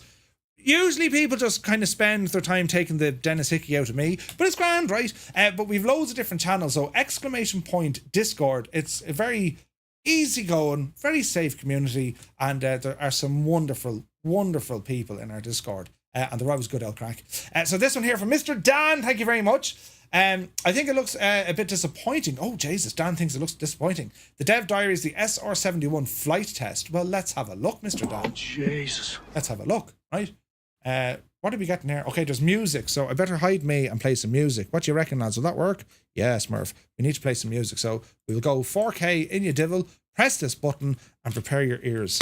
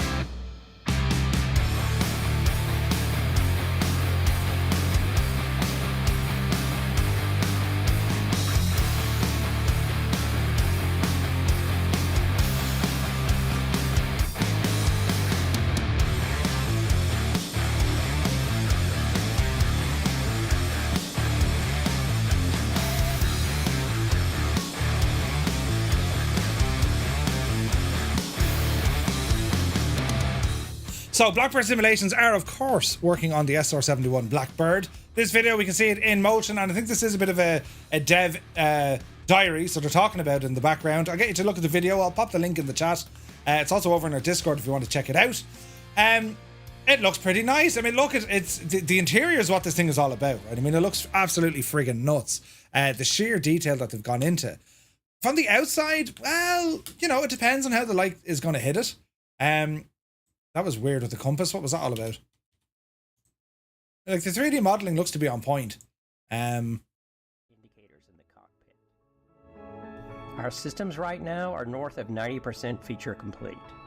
That's always good to know. 90% feature complete. But yeah, look, I mean, it looks really good, doesn't it? And like the viewpoint of the yes, I've seen one of these in real life. I don't know how the pilot saw out at all, right? Almost no visibility. But they've been working on this project for some time. It's going to be fun to have a Blackbird in the sim. I don't know what sort of usage you're going to get out of it. I mean, is this going to be your go-to aircraft, or is it going to be, you know, yeah, I took it for a spin across the Atlantic. It took me 11 seconds. 11 seconds. And then, you know, did they get access to a real SR-71 to model it? I think they did. I think they have reference photos and stuff that they visited on site, you know. Blackbird bush flights. Blackbird carrier landings. Blackbird oil rig landings. I'm just saying. Hey, Sky Command is here. Rumour has it pre-orders of Microsoft Flight Sim 2024 comes with copies of Murphy's R&B album. Can we confirm? Yeah, baby. It's good to see you, Sky Command. Welcome in, my dude. Hope you're well. You're looking well. Is that a new cologne you're wearing? Go out, will you? Lads, if you haven't already, tune into Sky Command's Twitch channel for just an unlimited amount of crack. Great crack, do you know? And sometimes he takes out his little blocks and builds them for you. He does the odd time some Lego streams. So welcome in, my dude. I'm pre-ordering now. Yes. Did I ever tell you the time Gibbo sent me? Did I ever tell you that you can send someone? Now it's all a joke. Before you start grossing out, you can send someone pre-worn jocks, right? And they come. Jesus. I have the box here somewhere. I'm like, allow myself to introduce myself. I have it here somewhere, but effectively what it is, it's in a jiffy envelope, right? And they've a bit of, you know, underpants hanging out the side of it, and it says, you know, pre-worn underpants. And the postman, of course, delivered this to me house, pre-worn friggin' underpants. And like, I live in a small town, like, do you know what I'm saying? They're like, Jesus, that Murphy fella now. It was pre-worn jocks. Brilliant! Ah, Jesus. Brilliant. But anyway, before we kind of went off on that tangent, yes. Flight Sim 20 come with a pair of pre-worn Jocks. Amsterdam Schiphol, anyway, it's available now. You can pick it up from Field Air, priced in and around 15 quid. It looks pretty nice. I'll need to check it out and give it the old kind of rundown. Yeah, it's a huge airport. Airliner folks are going to love it because it's a very, very busy airport. So great news there, right? Jocks for the Jacks, right? Definitely looks really good inside. Yeah, the Blackbird, yeah, very much so. And again, lads, you know, anything to do with flight sim, we've a very active Discord community, so do be sure to ramble over there. You'll find out tons of stuff. I learn loads of stuff from over here, especially when it comes to the memes. Right? So do be sure to check that out. Pardon me, I'm at the burping live telly. Jesus, that was terrible. Excuse me. That was disgusting, Murphy. That's how excited I got. I actually burped. Hang on. Some people could do it, you know. I can't be like one of those. I have to sit very well dressed. Do you know what I mean? But anyway, UK 2000 have released Bournemouth Airport for Microsoft Flight Simulator. Bournemouth. Jesus. Bournemouth Airport. No stranger to the world of airport scenery is UK 2000. Having released 27 airport sceneries in Microsoft Flight Simulator so far, right? Their latest release, which was announced today, Bournemouth Airport, Echo Golf Hotel, adds to their ever-growing repertoire of small to medium-sized international airports inside the United Kingdom. In a Facebook post announcing the new scenery, the developer outlined some of the field's history as well as some basic facts and features contained within the product. For those wondering, the airport is one of the largest airports on the English south coast, offering domestic and international flights from a range of low-cost carriers such as EasyJet, Ryanair, Jet2, and the holiday operator TUI. It also has a bustling general aviation scene, which is frequented by private pilots in large aircraft or in light aircraft and several business jet operations such as Draken, Thurston Aviation, and Gamma. Those wanting to operate bigger birds in and out of the field are also in luck. European Cargo Services basis fleet is the converted A340 is in and out of the site as well. And the airport has a single passenger terminal on the southeastern side of the main apron, which handled just shy of 1 million passengers last year. Destinations from this airport include Spain, Portugal, and Cyprus, as well as some seasonal operational routes to Turkey, Greece, and the Canary Islands. It's available right now over on Sim Market. A full feature list can be found below here, which we have. Full detailed buildings, realistic ground markings, high-res ground image, stunning night effects, high-detailed airports, full set of signs, fencing, vegetations, on and on and on. There's no price here. Let's check out the price on simmarket.com, shall we? Let's see what happens here. $20. So it's like whatever, 17 plus the $17 plus taxes. So we have a low-res video. We'll have a look at this, lads. This could be fun. It could be nice. What's with the low-res video, though?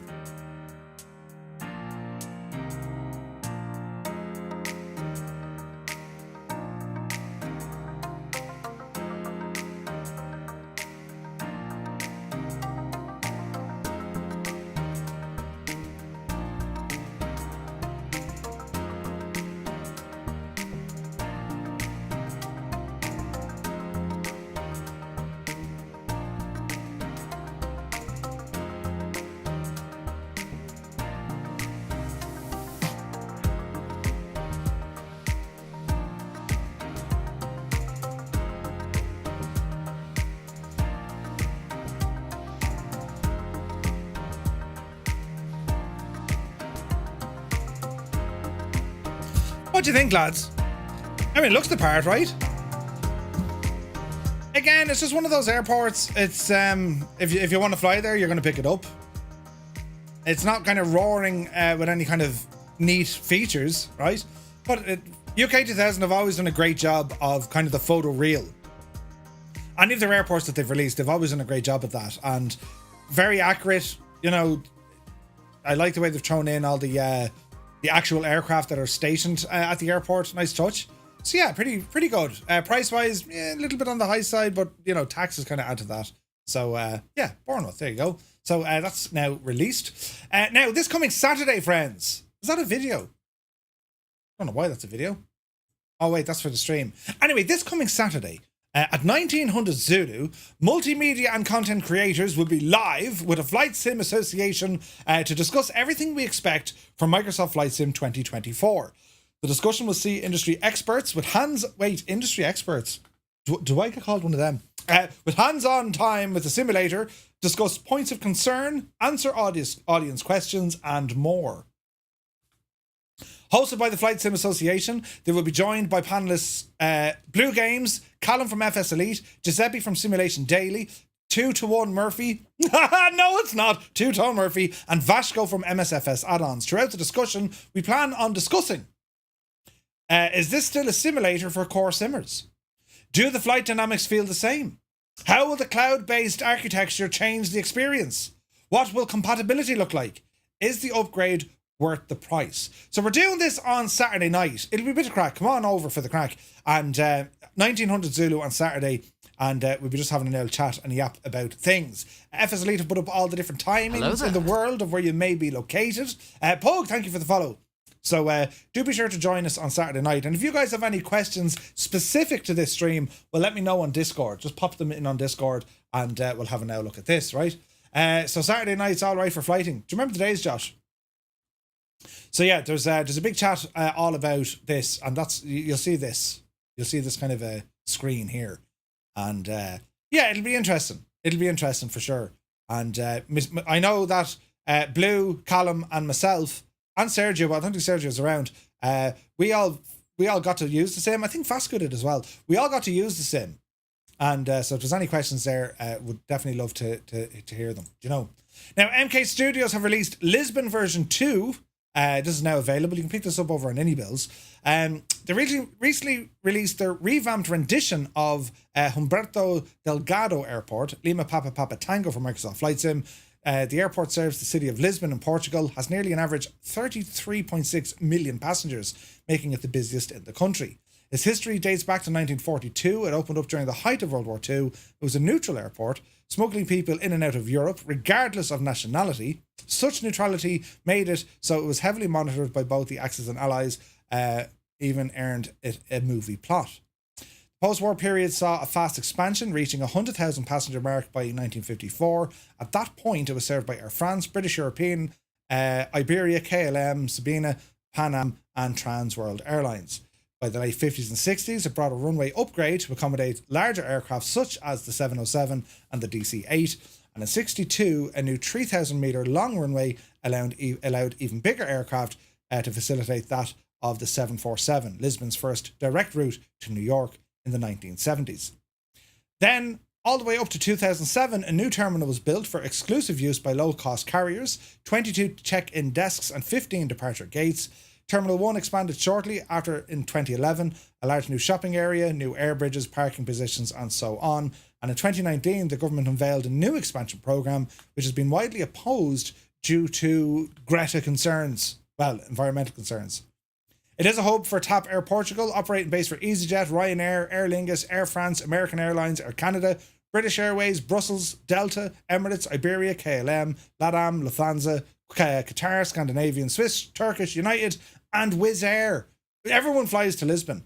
So yeah, you can pick up the update, or you can purchase the update. It's about kind of $20, and you need about 2.5 gigs. Version 1 owners, you can get a 25% discount. Gratification, I like it. 25% discount. MK Studios charge you for updates, and not all senior developers do. They'll give you a version 2, and they'll go hell for leather. But MK Studios, well, they charge for it. So it's up to you. I know version 2 of Dublin did get a fairly good update. They pretty much rebuilt it from the ground up. So I imagine it's going to be the same for Lisbon. If you guys are on the fence, if you're not sure if you want to buy it, let me know. I'll pick it up and I'll be more than happy to show this one off on a live stream. Now, also, this got released and we were talking about it last week, but if you didn't get the chance to watch it, the global preview event, it's now available over on YouTube on the Microsoft Flight Sim official channel. I highly, highly recommend you go off and you watch it. This is the event that I was at. So you'll see kind of, you know, this is what they showcased to us and all the information that all the content creators and media people got. Highly recommend you watch it. It is it's just an excellent presentation. It really, really is, lads. So do be sure to have a look at this video, and I'll give you the link here now in the chat because you kind of have to watch it. You know what I mean? Go back to the start here now. Share, copy, and then paste. If you haven't seen this already, I highly, highly recommend you go off and you watch it because it is very, very good. They go through everything, absolutely everything. I remember what I said. There was kind of like the 5 areas in which they wanted to work on. I think that's the way they should have presented this when they were, when they did the live stream. But the 5 areas of the core sim focus, they went through all the bits and bobs, right? So what they were going to work on, they talk about the thin client, future-proofing architecture, why they're moving everything onto the cloud, right? And Seb talks about all of this. And even how it works. This is a great graphic here. This is currently how our sim works. Disappear me. On the left-hand side here, lads, at the moment, aircraft, airport, POIs, meshes, and textures, they're all loaded locally from our computers, right? The rolling cache is looking after the aerials, the photogrammetry, the vector data, DEM, and activities and all that sort of jazz, all right? So that's what 2020 currently does. Hence, we have loading times because these are our loading times. 2024 is very, very different because everything is now accessible online. You can still have your community folder. It's still done, on your drive if you needed to, but it pushes it all into your rolling cache. Your rolling cache is going to live in your hard drive, right? And size is, I would say, 30 gigs, right? That's my guesstimate. But that's how the thing works so much faster. For example, if you're flying in a Cessna 172, right? And, you're going to be flying over a certain airport, but it's going to be miles away. Well, if you're only going to be flying in the cockpit of the Cessna 172, let's say you're only ever going to fly from within the virtual cockpit, right? And a lot of people do this, especially the guys in the home cockpit stuff. I mean, they don't go to an external camera. Well, currently in 2020, they got to load the plane, the interior and the exterior, and all the LODs attached to it. That's all loaded and pushed into your memory. Same with the airports and the POIs and the ground texture, everything and all of it, it's loaded. In 2024, it's only loading what you're going to use. So, for example, if you're in the same Cessna 172 on flights in 2024 and you don't bother going outside, it's not loading the exterior of the aircraft. It's not loading all the details, the textures, the liveries. It doesn't need to. Same with the airports. If you're very far from an airport, well, it's not going to load it all in. This is how the thing becomes lighter and more efficient. It's a very good graphic, but that's what, we've seen the loading times. This is how it's going to work. You know what I mean? But anyway, do have a look at that, lads. It's very, very good. And they talk about all the things, what we can look forward to in 2024. Now, we're nearly there. Last bit of news. First look at the Tollis Airbus A330-9. QA Pilot flew this on Saturday last week. Tollis have released their next Airbus, the A300 or the A330. It has brand new wings, engines, and beautifully redesigned blended winglets. This is being hailed as, it's very, very good, visually stunning, and the aircraft seems to be doing a thing. Now, it is on X-Plane, so you're probably looking at this going, the jagged lines, right? But in terms of the systems and the entire engine of what X-Plane can do, it's still quite impressive, right? And considering, the shambles of what was the Airbus, or the Aerosoft A330 and Microsoft Flight Sim, it kind of left us looking around going, really? If you want probably one of the most in-depth simulations of an A330, currently, what Tollis have done, probably the best gig on any sim right now. Because even X-Plane coded some, in-house Airbus flight models. It's done very, very well. Anyway, it's now available in the world of X-Plane. And to give you an idea of price comparison, as I leg it down here, $89.99. $89.99, right? So it's an expensive aircraft, but that's the market in X-Plane. Add-ons are considerably more expensive because they have a much smaller reach in comparison to Microsoft Flight Simulator. It makes sense, right? But then when you see expensive aircraft coming into Microsoft Flight Sim, you're kind of saying to yourself, hang on a second now. What are you doing there with your 70 or 110 euro aircraft, Leonardo? For the Mad Dog, 110 quid? Ridiculous, right? But anyway, that's just my opinion on it. And if you want to fly an A330 and you want the best ever, Tollis are definitely there. As I say, X-Plane actually has its own free A330. It's quite good. So I thought I'd mention that. Anyone who wants to fly in the 330, X-Plane have it going on, lads. Do you know? But anyway, last bit then, some Vatsim news. What's happening over the weekend in terms of stuff? Well, friends, there is a Frankfurt Friday event, right?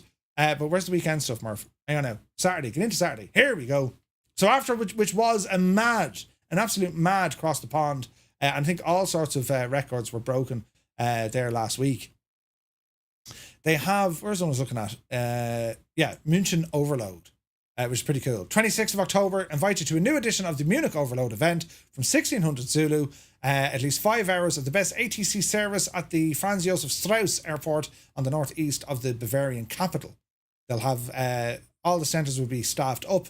And if you want to do some flying in Germany over the weekend, or if you haven't flown on Vatsim yet, well, maybe just jump on in observer mode. You can listen to how everything's being done. So that's pretty exciting there as well.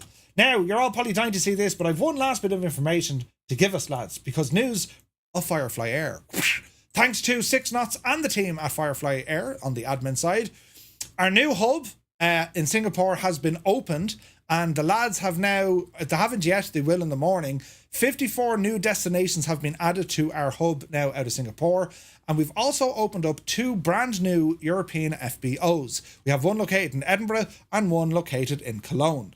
This is giving us a total of 95 destinations and 190 brand new routes. This is all for our virtual airline, and we're very laid back. You don't need to worry about things too much. We're not terribly serious, but for those who want to take it serious, you can do that as well. So this will be up and running very, very soon. You can see a list of all the different destinations. These are company routes. Got to catch them all, right? So the FBOs, there's the one in Cologne, plenty of flights there, and then the one out of Edinburgh, plenty there as well, into Ireland, including Knock, nice one there, into Donegal, into Waterford, something different, all right? So that's all going to be made available either tonight or tomorrow, and it's the new hub opening of Singapore, which brings 54 destinations, and then our 2 new European FBOs. So a massive thanks to everyone involved. A lot of work goes into this, and the idea, lads, this is just to give us reasons to fly. Company routes, they appear in the duty schedule. There's all new missions now in these locations as well. It's a bit of crack. So excellent stuff from the lads. Now, friends, moving on. This here, the early access product. During this period, the product is discounted. Only purchase this product to help support the final development. That is the news that's coming from Big Radials. Only. It's written there in big writing. Only purchase this product to help support the final development. That's what they're after. Okay, fair enough. So what is it? Well, the Lockheed Jetstar. There was 202 of these built, right? The company designations were the L329 and the L1329, designated as a C-140 in military use. It's a business jet produced from the early 1960s into the mid-70s. The Jetstar was the first dedicated business jet to enter service, as well as the only such airplane built by Lockheed. It was also one of the largest aircraft in its class for many years, seating 10 plus 2 crew, and is distinguishable from other small jets by having 4 engines mounted on the rear of the fuselage and the slipper-style fuel tanks, which are fixed to the wings. Manufactured in 1961, it first flew in 1957 and was retired by the United States Air Force back in 1990. The design is quite beautiful. We're going to have a look at it here, right? So, it's quite unusual, isn't it? I mean, looking at where the engines are, the fuel slipper tanks on the wings, I mean, that's pretty cool, right? I mean, it looks the part, this, doesn't it? Most unusual. And the livery, this is one of the liveries included so far. It's that of the US government. And I don't know, was it? It must have been a presidential aircraft, was it? Must have been. I hope Big Radial team is aware of the presidential Jetstar. Frankenstein, yeah, they are, yeah. Who you calling Big Nose? Gibbo, good to see you, man. What I like about this airplane is, it's the engines. It has 4 friggin' engines, lads. Which is nuts. Right? 4 engines. And, the work that has currently been put into this project, Big Radials do want to do more with the exterior, right? But I think from a modelling perspective, I mean, it looks pretty good, right? It looks pretty good. You gotta love all the chrome.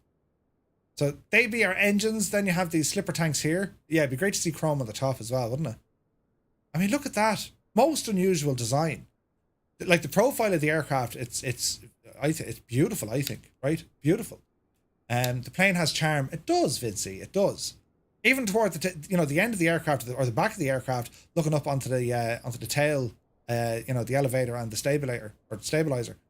It's very, very unique looking, isn't it? And she's a big old bus. It's a big old bus for a business jet. Now, I think, I'm not going to be highly critical here, but I have to be critical because if you're thinking about pressing the button to buying this aircraft, well, be aware there are some elements of the aircraft that are a little bit, Jesus. Right, and you need to be aware of this because where the state of the aircraft is at now, for the price, you're making a commitment to kind of support the developer as they make the aircraft better. It's early access. Whether or not you agree with early access, that's a discussion for another day. But this aircraft is early access. All right. So a couple of issues when it comes to the livery, the texture work. From a distance, looks pretty good. Up close and personal is like, right. Let's ramble over to the front here. I have that window open, so you can open the windows and stuff. There's a nice PBR in the aircraft. All right, they're going for this kind of a wear and tear look. The only problem is the textures are super low resolution, I think. Right. But yeah. Looking at kind of the modeling at the top, then little bit rough. But again, it's early access. Like this isn't a full review. This is just to let you know, hey, if you want to purchase this aircraft, the number one goal here, you want to support Big Radials. The second thing is, well, this is what you're going to be getting. So if you're okay with this, you're going to be okay with this. Yeah. Let's have a look at the old landing gear and the details applied therein. There's a bit going on, right? We can see the lines there, the brake lines. Very nice. Tires a little bit on the hexy side. We can go into the landing bay area. Again, there's kind of lowish textures there, but you're not really going to be hanging around down here. This is just looking at kind of the attention to detail, isn't it? So what we'll do, we'll jump inside and we'll get a bit of a look of the interior look, right? So down my camera and we'll just take our time here. So as we ramble inside, Elvis flew one of these. Well, he had one of these, right? So we can see that, yes, they've modeled a 3D cabin. Again, texture work is a little bit on the side. However, modeling seems to be pretty good, right? Definitely the seats are that of 1960s. Itchy, well, they're not really itchy, but wouldn't they? They look like they'd itch you, Big Al, this is not freeware. This is payware. 30 euros worth of payware. Couple of bits and bobs back here. Again, nothing that's going to jump out. Are they in the jacks? What they do? They have a private area with the jacks. Pretty fancy. It's early access, and they're telling us it's early access. So we can't get too excited about it. And Big Radials are being... I don't think they can make it any more clearer. It says it on their website in big writing. And if you think I'm messing, check it out. So here it is, the Jetstar. Only purchase this product to help support the final development. So if you don't want to be there, if you don't want to be supporting them, wait. And they're okay with that, right? I mean, they're 100% okay with that. If you don't want to be there to support it, it's grand. Just wait, all right? So it's a fairly big cabin, isn't it? It's a freaking huge cabin. Jimmy's World bought the Elvis jet. It was too costly to get up to today's standards, so we turned it into a bus. What? That's nuts. That's nuts. Jimmy's World, yeah, that's crazy. And that was Elvis's jet. Didn't that sit somewhere for years? Anyway, this is the flight deck. Or the cockpit. And you can definitely see the wear and tear. The age of this thing definitely shows, right? That's the way they've done the texturing work. All right. And the window's open and all that kind of stuff. There's a bit of stuff we can play with inside in terms of switches and buttons and stuff. So we'll be checking all that out now shortly. Some of the instrument panels are done very, very well. And these will be these are showing you this is showing you, I think, where this project is going. The fuel system. I think this is done extremely well. Look at those they are beautiful textures here. That's done extremely well, right? So I think this is kind of giving us a bit of a snapshot into the quality. This is where they want to bring it to, yeah? That's just done very, very well indeed. And then you kind of move to some other areas and you're thinking, well, you know, it's only kind of, yeah. But then you get to other areas and you can see, you know, the more highly polished ones. It's the same here looking at the electrical panel for all the generators. So it has some great areas in places and, well, other places not so much. All right? So I hope that makes sense. So what we're going to do, leave that camera, jump in here into the cockpit. I haven't a clue how to fly one of these, but shall we give it a go? We can open and close the window, which is nice. Now the sounds, lads, the sounds aren't there. There's no point saying the sounds are nice. They're not. The sounds are not great, but they know they have to work on them, right? I think what Big Radials said, look, the sounds are at a stage where it's flyable, but we want to work on them, which is fair enough, all right? So we're going to go to our overhead here and start making some, well, buttons. Okay, GPU start. Okay, nav lights, beacon lights. No sounds here for the other gadgets. Generators are currently off. Electrical panel is working, so we can see we're getting DC voltage. Rate of climb, I can't really play with this stuff. Temperature control, I can't play with that yet. The fans, I can't play with those. So there's a bit of stuff just not kind of ready, okay? What about the wipers? Okay, so the switch works, but the wipers don't. That's fair enough. Right, so what do we have here in terms of our engines? So we have booster pumps. 1, 2, 3, and 4. They're isolation valves, so I'll put them on as well. Alright, so there are all our pumps on. What else do we have here now? External lights, they're fine. Radio panels have come alive. Transponder unit works, so we can you know, if you wanted to, I mean, we can put this on the likes of a Vatsim. There is an INS there. It's a workaround INS, but there's an INS there, right? It's an oddly interesting aircraft. I agree. This is an interesting aircraft. And, you know, I'm excited to see what they can do with this in terms of the development, right? The routes are now live now. Some other bits to be updated tomorrow. Thanks to Ironbird and Viper Strike, who put lots of work into it, says Kieran 6 knots from our Firefly admin team. Thank you very much indeed, 6 knots. Insane work, lads. Awesome stuff. Oxygen systems work. Okay. Microphone selector. What else do we have here now? Slave the compass. We can disappear the yokes. A lot of buttons aren't clickable. There's some, right, but not much. What else do we have? Displays are pretty nice. I mean, look, they're pretty good, right? I'm back a little bit. I mean, they're very clear, right? I like that. Great job. Now, how does one start up this machine? Your guess is as good as mine. Do we have an engine start switch? Let's see. Engine selector number 1. Okay. And starter. Let's give it a blast.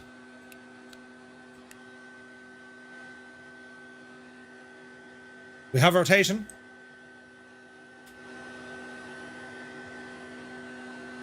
Do we have like a fuel shut off? Temperature's coming up, that's a good sign. RPM is coming up. Let's have a listen.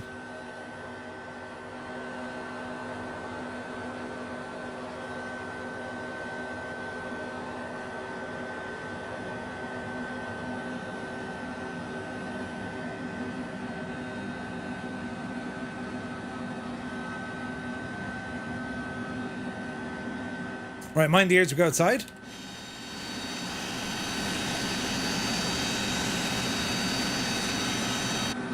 Okay, that's one engine, right? Can we close this door?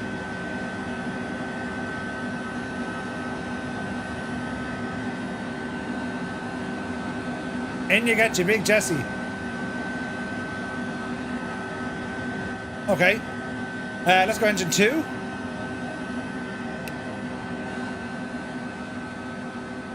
And we have rotation. Paul, it's good to see you, Paul. Welcome in.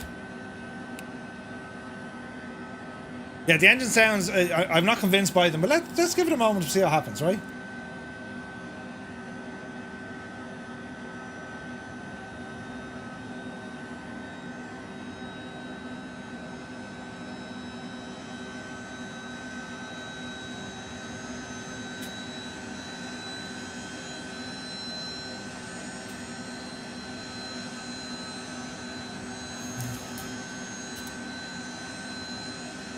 Bum bum bum bum bum bottle of bomb.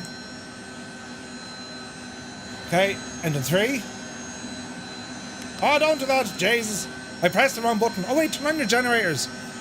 Generator number 1. Generator 2. If they're not getting a read, how do we turn these on now?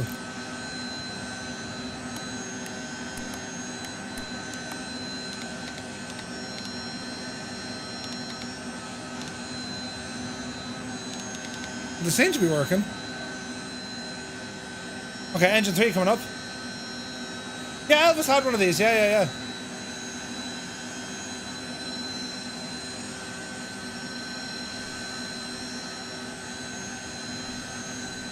There is a difference when you open and close the window. That's a nice touch. Right, engine 4.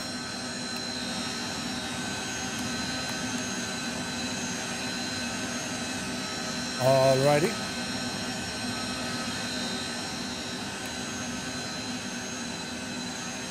Engine 4 rotation. Trim, autopilot, transponder.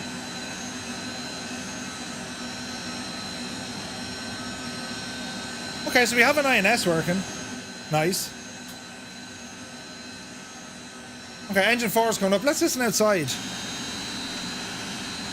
Mind the owl ears now.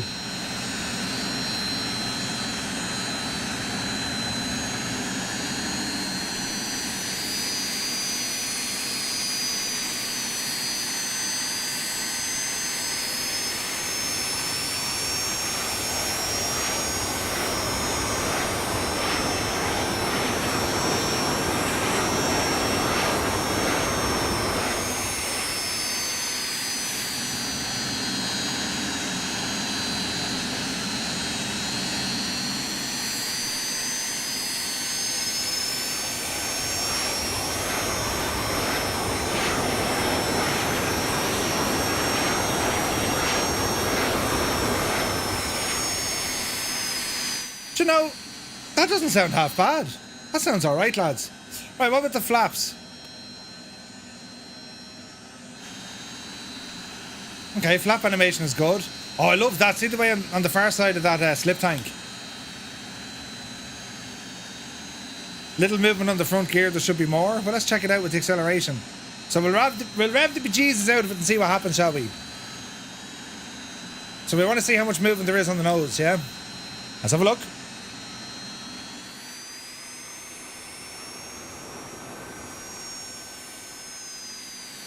I mean, look, there's a bit.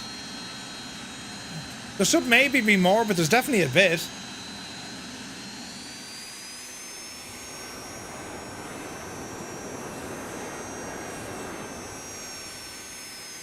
Okay, not too bad. Isn't it a cool looking jet though? Thunderbirds are a go, right? Anti-flap sounds, they are, but they're very light. They're very light.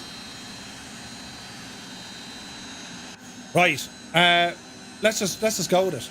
So generators are all on. Engine selector off. I think everything else is okay. Get some additional lights turned on. It is missing a lot more kind of stuff here, but jeez, the lights are bright. That's a good sign.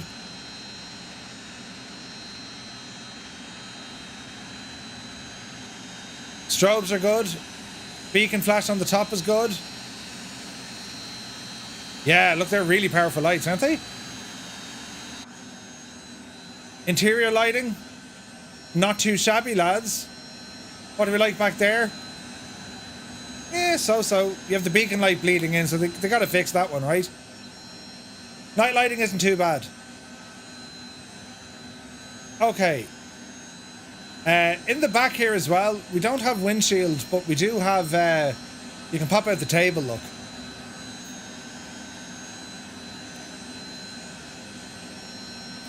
Okay, so, park and brake off. Roller forward. Flight controls. Alright. Interior sounds are interesting. Come up in your seat there a little bit, Murph. There we go. I flew in a 731 Jetstar back in 1983. Wow, two dogs, really awesome. And like, you know, the first kind of business jet, lads. I mean, that's what this thing is, right? The wipers don't work, so I don't know, is that a bug or what? I'm sure that's something they will fix, though. Nice bit of mahogany. The sounds are not that bad. No, they're not that bad. It's a little bit giddy on the ground to handle, right? Let's see what happens. How does it fly is the question, right? On the ground, like it's, you know, you can throw. Although I do like that. Look at the, Jesus, look at the roll even using the rudder. That's giving you a good sense of weight. Do you know what I mean? But yeah, what it's missing here, I think, was like a radar. There should be a big, massive radar in there. The rest of it is fairly complete. But any reference photos I've seen, there should be a big one, you know? Alright, let's see what happens here. Can we take off without having some sort of an international incident? It's a little bit kind of on stilts on the ground, I think. Alright. Let's see what happens. So, power coming in. Toga.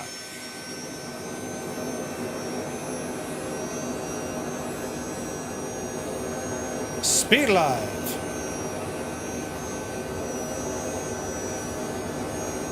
Very Learjet sounding. 100 knots.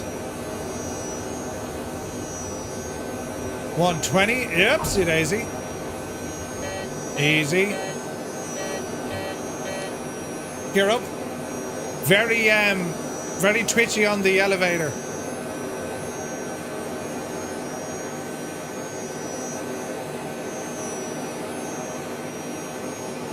It's a little bit kind of she's a little bit floaty.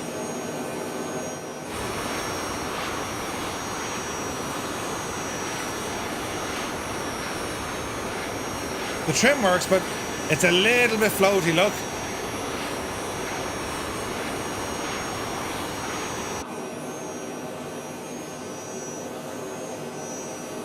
$240 knots.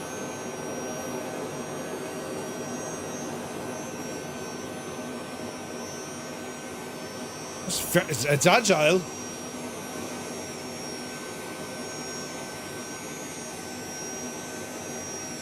Not too bad.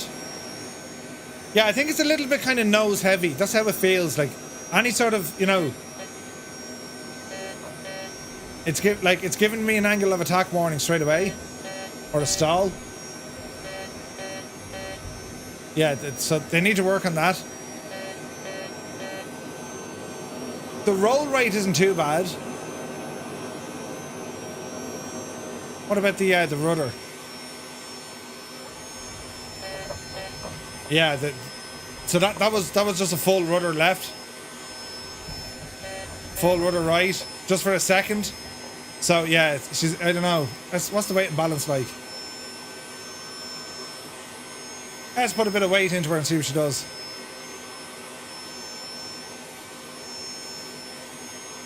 Okay, we're out of limit. We're still out of limit. Don't hit the ground, Murphy. So let's see what we can do here with the weight.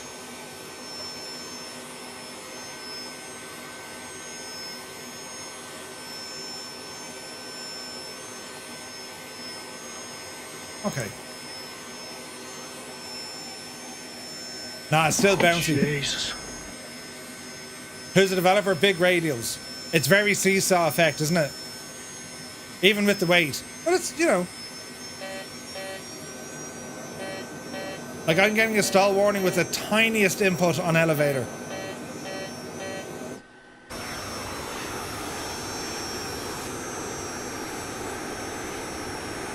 She's a nice plane.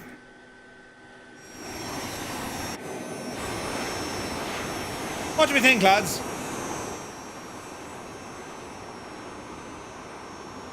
It's a very unique looking aircraft.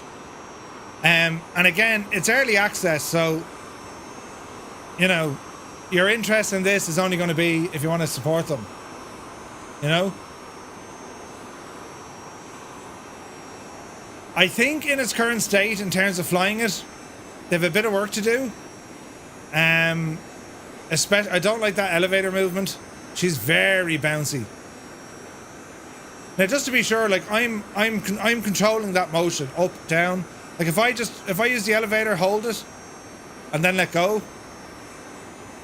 like she'll level off fairly quick, you know. It has potential, yeah, I think so. It's a very pretty looking airplane, right? Flight model seems a little bit off.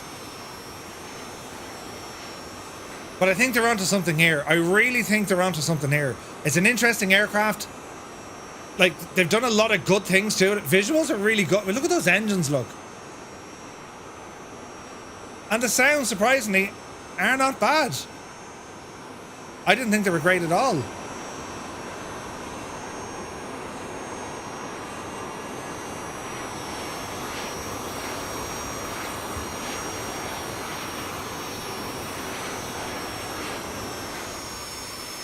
There's a spoiler out there, speed brake. Landing gear. Nice animations.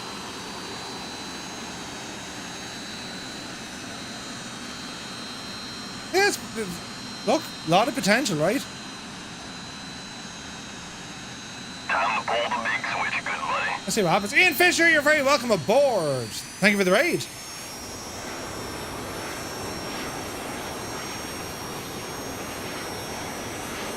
Yeah, the flight model needs work. She shouldn't be doing that.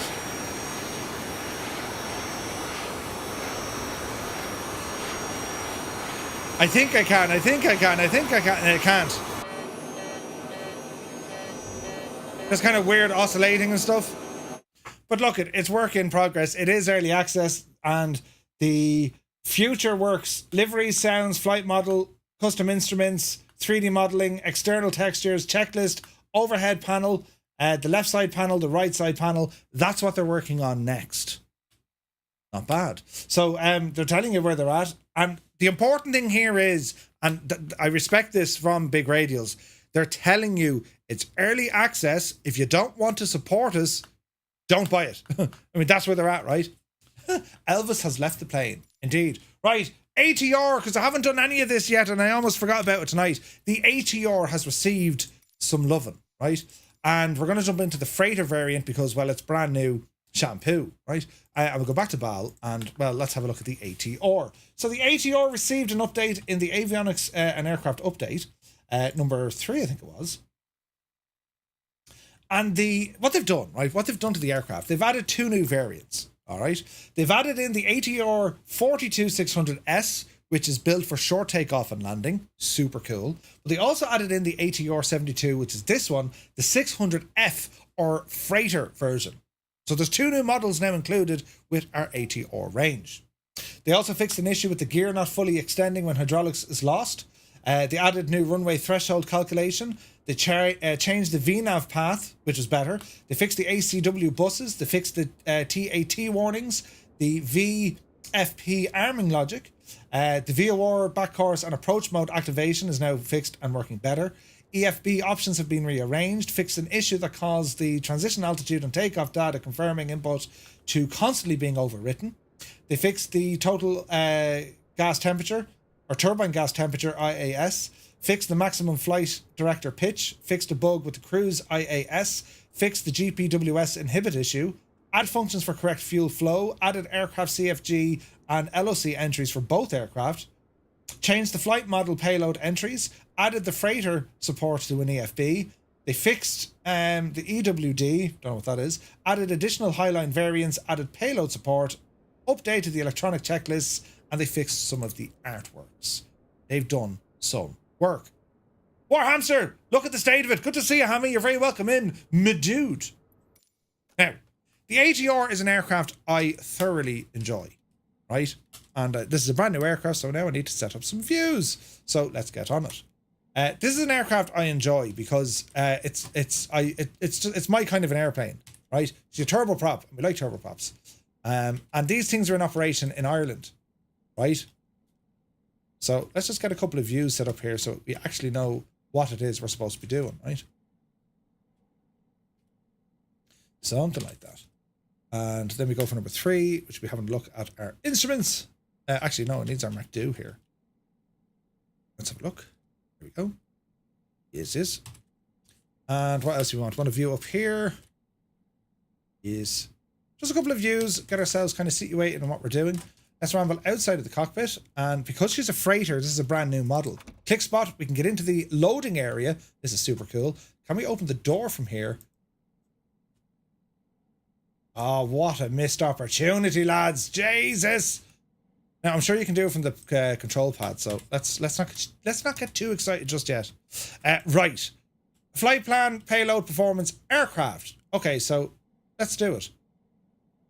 Ground power, cargo door, main door, and get the tail prop in there as well. All right. Now she's coming alive, right? Let's see what we can do here. So, this is the cargo variant. Very much a welcomed addition to the ATR lineup. And I gotta say, this looks pretty good, right? This looks pretty good. Look at that cargo door. That's awesome. So that is modeled. We just need to control it from inside of the EFB, which is fine. That's not a big to do. Lots of space there though, isn't there? And like, look at the friggin' detailing, lads. That's pretty good. Yeah, I'm excited about this now. This is class looking. So we've already known, like, it was a stunning looking model. They always did a great job, I think, with the just looking at the state of it. Do you know what I mean? It looks the part, doesn't it? Hey, Patrick, good to see you. What do we think, lads? The freighter version, isn't it gorgeous? It's a front loader, right? That's pretty cool looking.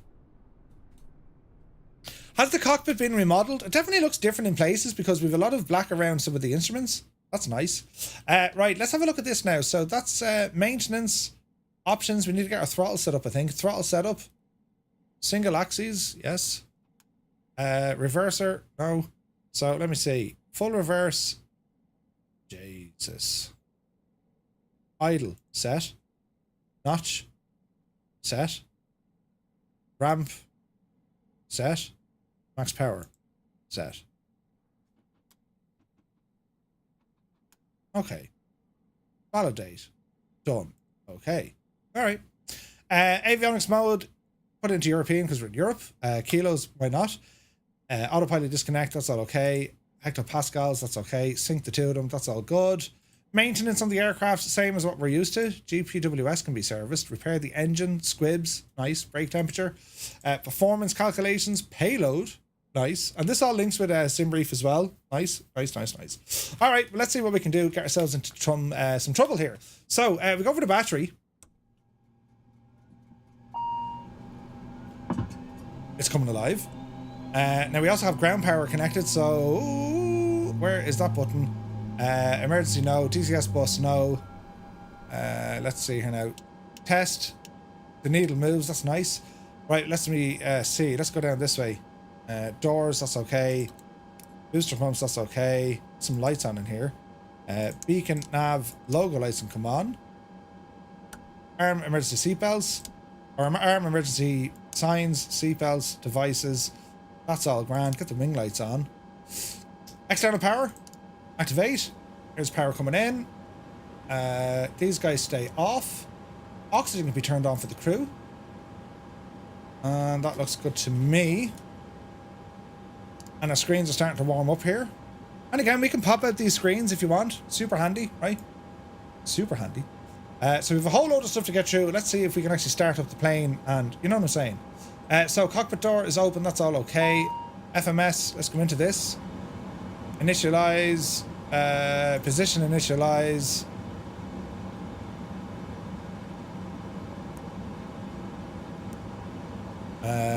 Return.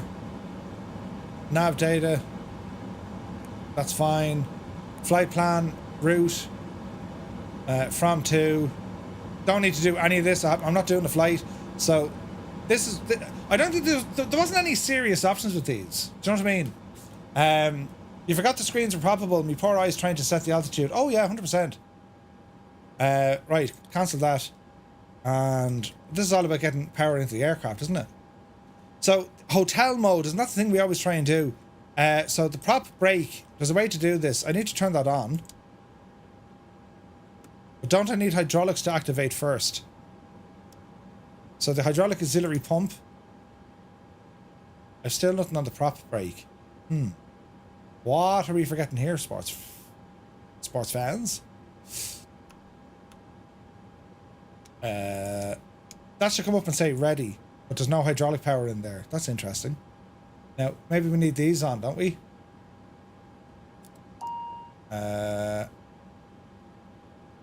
Okay, let's see what happens. We want to do a start on the right hand side. Starter, main ignition, crank, or start. So we'll put it into crank. Starter on. But I've no sign of the prop brake. When should that come on? First hydraulic pump, you know, we tried that. Ground control only.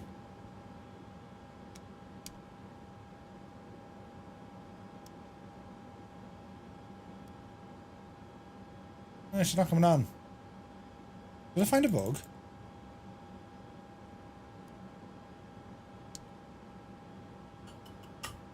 Interesting. Yeah, that's not right. Try it again. I keep clicking it until it comes on. Yeah, I don't want to go A or B, but... Oh, there we go. Come on. Prop brake is ready. Brilliant. See? See? Now, why are they up there? Oh, look, that has the same bug. Okay, that has the same bug. So if you have, like, your... that's feather. If you have hardware to your prop, it's going to override it. So that should be on feather. That really shouldn't be spinning.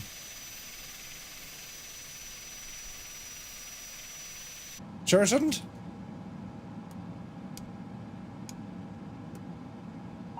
Prop brake is on. Right, now we're laughing. Huzzah! Okay, so we're going to be on our own power here now. Let me see. Ground power, we can now deactivate that. DC gen on the left hand side, that's all okay. Nothing on the left hand side is working. We're just using the right hand side. So that's working, alright, that's good. What else do we want to do here? Get our doors closed. It's amazing when you don't fly an aircraft for a while, isn't it? Isn't it? Right? So many bugs. No, I think we're good. I think we're good. That was probably a Murphy issue and not an aircraft issue. You know what I mean? And we can't lock the door because I opened the door. Close the door. Yeah, so that's working. Okay. Right. Let us continue on. Let me see. Crank. Yes, we'll go on the left side. We have spinach. Soon to have spinach. The sounds are always good on this as well. Hoorah.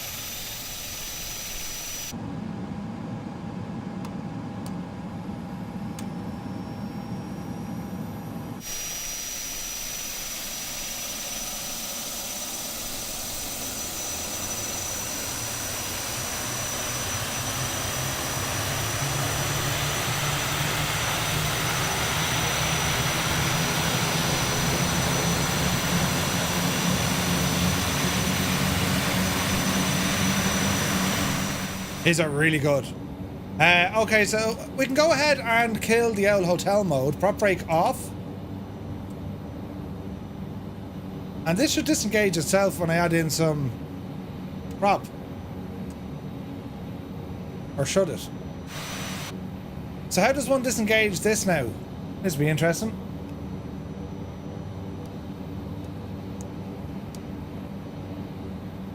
Interesting. Blue line is already on. So how do we drop it out of hotel mode on this side? I wonder. Is this where the bug still is?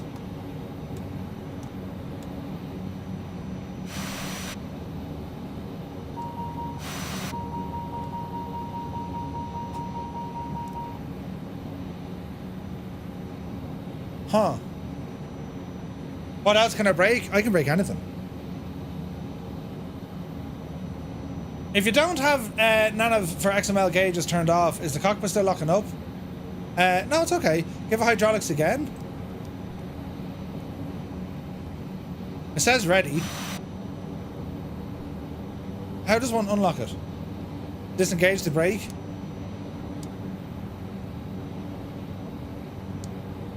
Alright, brake on.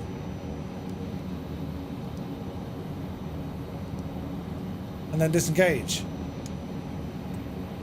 Nope. Push a small button just above the idle gate lever. Push the button above the idle gate lever. Here. Idle gate. Condition lever right side too far forward on right engine. Who's in charge? You haven't a clue what you're doing. That's the problem. I can't seem to move that now because I have controls on it, you know what I mean?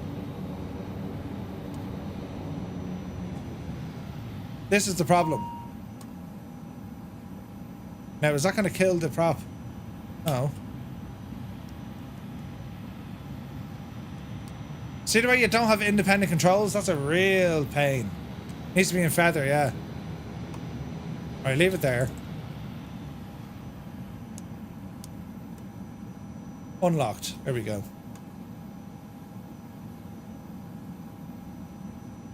There we go. So that was a bug that I haven't fixed yet. So what I'm trying to explain is if you have your prop axes on a one single prop, you can't change them. So your mouse has zero control over these guys because it immediately jumps back to where it was. You know what I mean? The binding issue, yeah, for sure. So your hardware might vary. I wouldn't get too bogged down with that, so. How do we have low oxygen?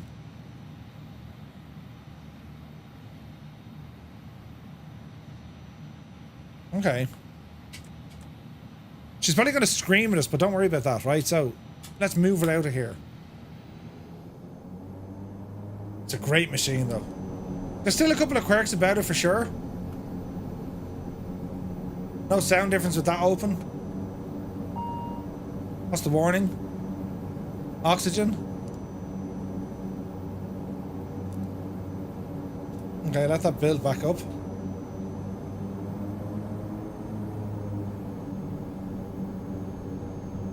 Now, in terms of boosters and stuff,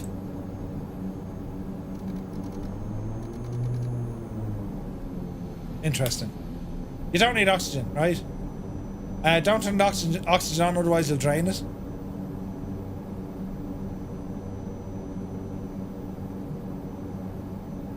I will say this, the frame rate of this thing is better, right? And I'm confident it was my hardware that was upsetting the binding there, taking it out of hotel mode. I mean, lads, look at it. It looks gorgeous, doesn't it? A cargo variant of the ATR. I mean, who will not be loving this?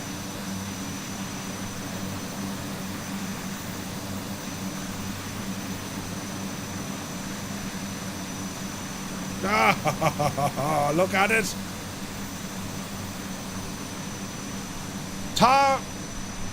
That thing is only gorgeous.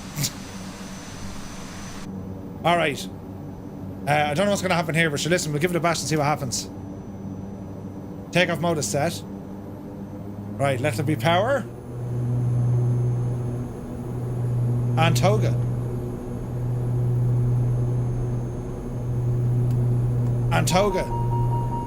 Yeah, don't worry about the configuration. Or sound. Don't worry about that at all. Hey, good money. Speed live.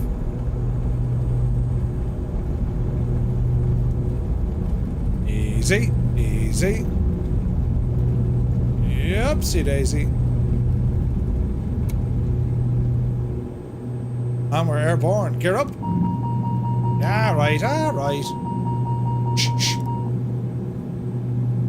According to the missus, you sir have never been sound. Props to auto.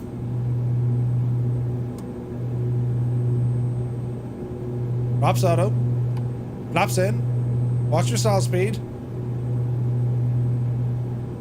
Oh, this is nice.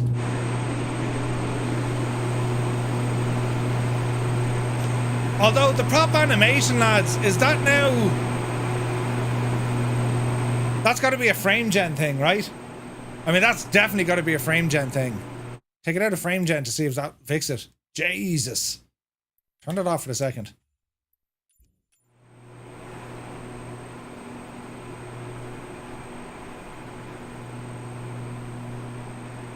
Like, who broke that? So they broke the prop animation.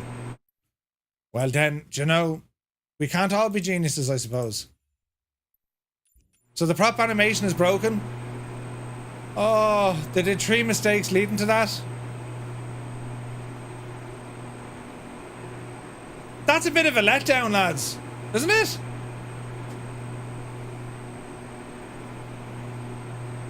Like, we've been waiting well over a year for the update. Yeah, I turned it off. Muse fan, thank you very much. Mom, we just got a gift to tier 1 sub. Refund. Now, does the prop engine or the prop animations, is it broken at all? Power settings. Put it into climb there. Right. Alright. Okay, so it's a little bit better depending on the power setting, right? What you're seeing is the prop icing frost cover with the propeller material on and not hitting. Or it's not hidden. Yeah, so it's a little bit better depending on your power setting. So in the cruise you're going to be fine, but on takeoff and landing, not great.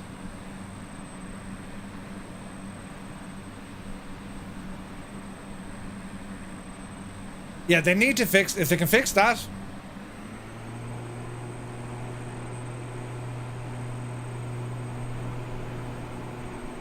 Like, you can see the prop animation is correct behind that prop. You know what I mean? But if we change the the pitch of the prop, it works better. Have they said anything about fixing it? It's shot with a smartphone camera. Vasco, good to see you, man. It's a 20-minute fix. We shall see it in about 17 years, so. Oh, Jesus. So the ATR update from the avionics and aircraft update.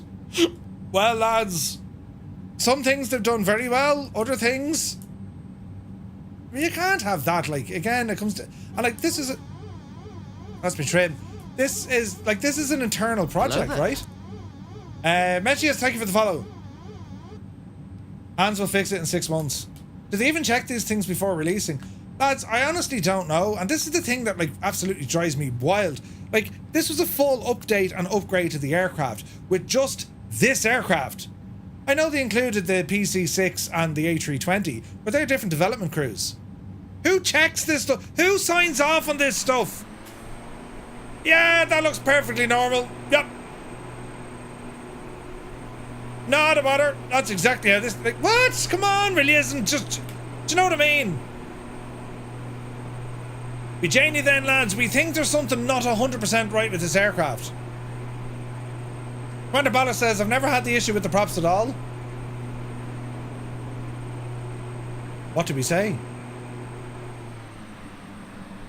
It's only on the S and on the F model. But that even begs more questions. Because, like, these are 2 brand new models. How did this get past QC? Jesus. So on the other variants, this issue was not in existence. That's fair enough. But if you want to fly the freighter or the stall version, yeah, you got to live with janky props. No, Mr. 90, I do not. It's still a beautiful aircraft, but they need to fix that. Because that's just... That'd wreck your head. You know what I mean?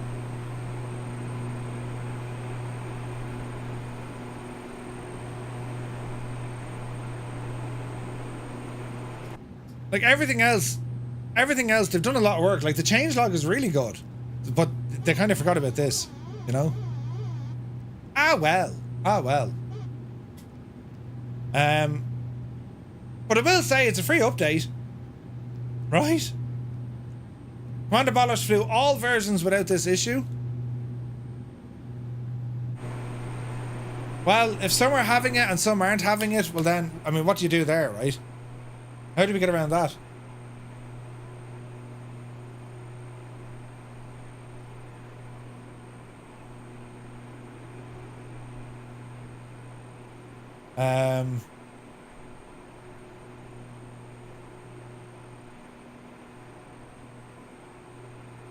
What's that now?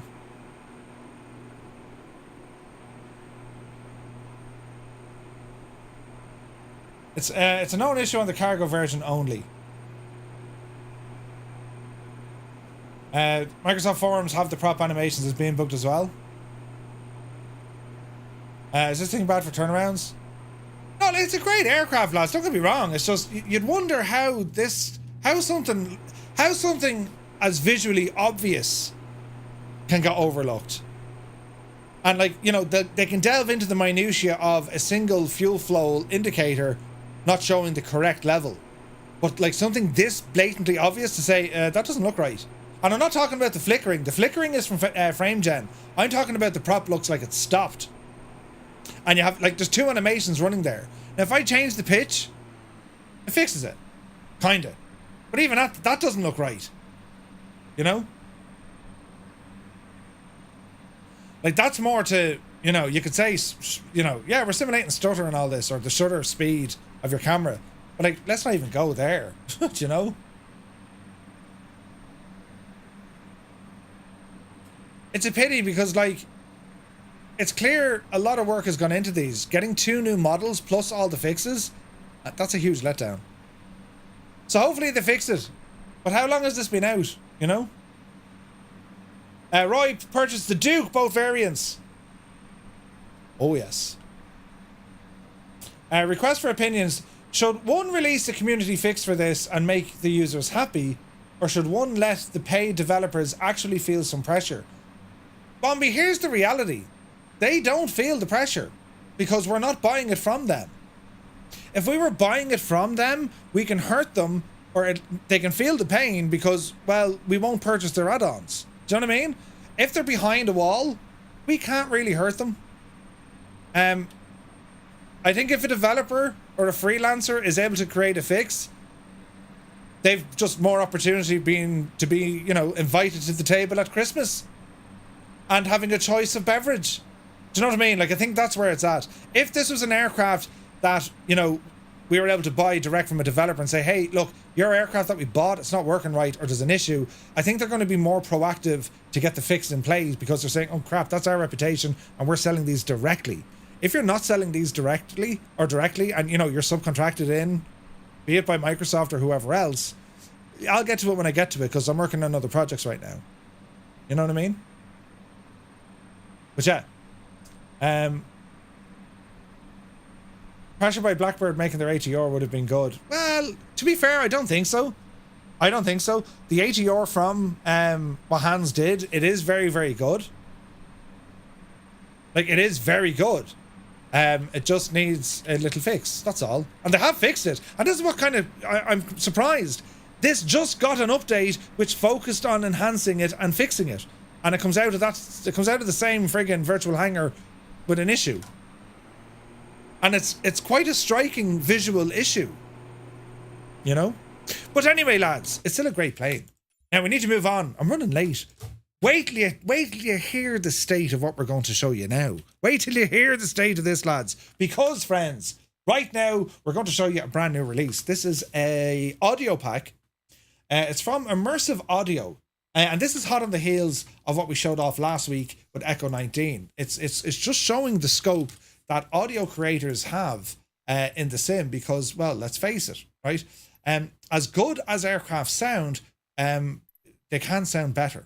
Right, and what we have here is a payware add-on specifically to one aircraft, and that's the R66 from Cowan Simulations. Right, so we're going to load in this chopper here because we want to show off some of the sounds.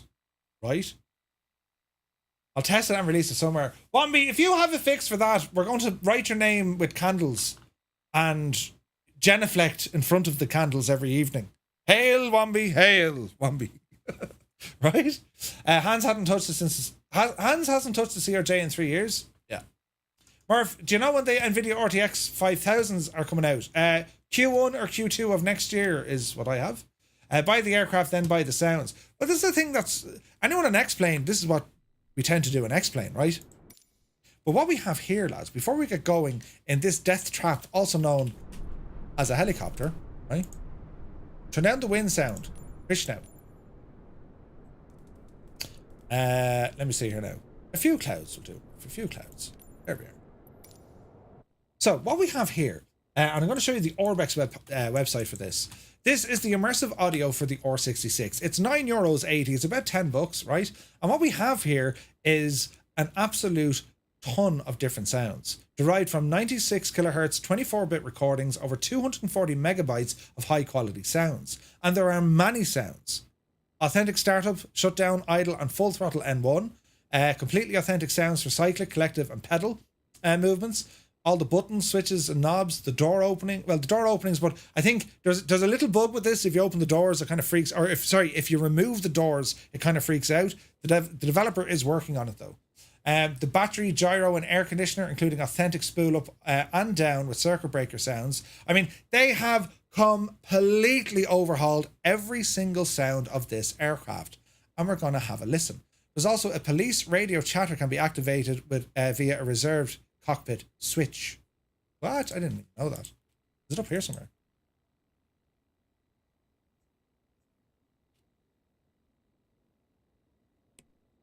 Oh, I need to find that. Bear with me now, lads. Don't forget, lads, if you are enjoying this content, you wouldn't do us a solid if you do hit the little like button. It helps out the stream something fierce. It recommends it to other people who would ordinarily be in bed at this time of the night. Brilliant. And now you're responsible for keeping them up late. Brilliant. Now, is there hang on, do I have a little manual on this thing? No, and no, I don't. Okay. There is a click spot somewhere in the gadget to give us police sounds. Do we have a little book? Anyway, wait till you hear the state of these sounds. You have to hear them because they're absolutely savage, right? And I mean now, lads, these are savage. Are we ready? So, we're going to do a couple of things. We're going to push that in. All the sounds now. It's incredible. Close that. Yes. What else do we have here? That's all grand. Throttle, leave that in the off position. Peter Heath, that's grand. Anti-ice, that's all grand. Right, battery. Are we ready?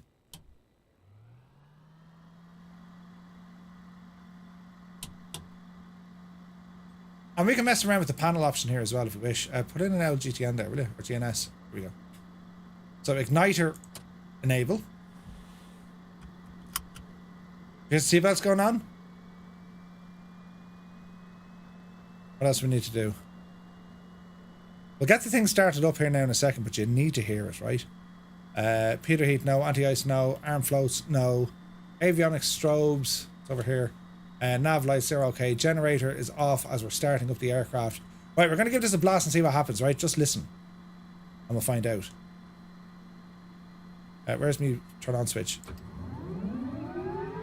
This is savage.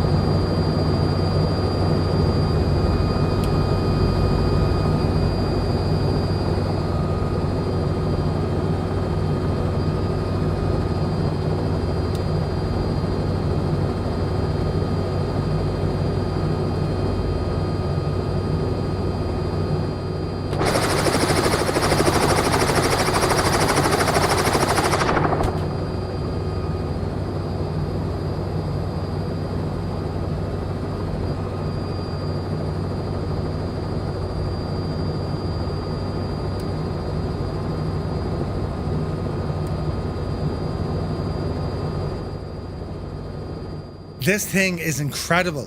Let's go external.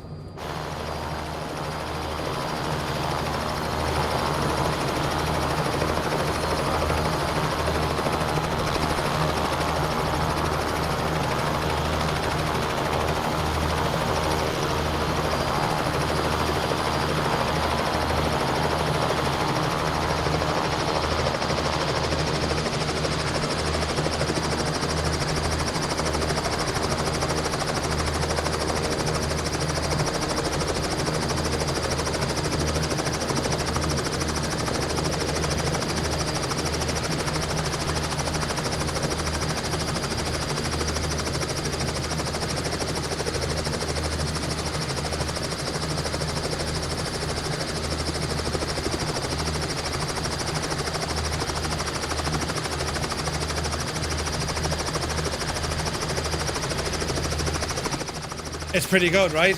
Let's have a listen. We try and take off from the outside. Just keep listening to the sounds. They've so many things modeled.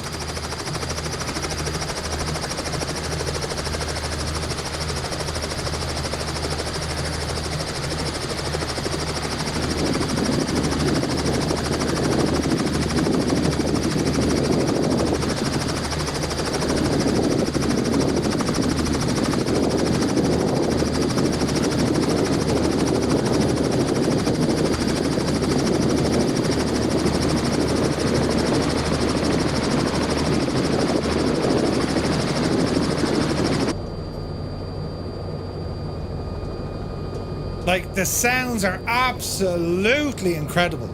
And like, even that rotor wash you're getting off the ground. Even listen to a touchdown effect. And then if you want to, you know, we can turn this, listen to the skids.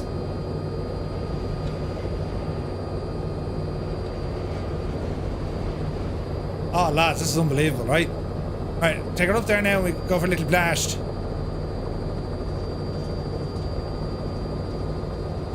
Easy now.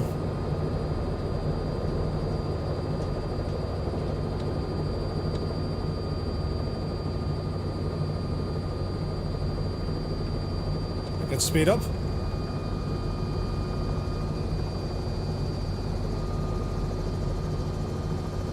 Like, they've done such a great job. Listen to the blade slap.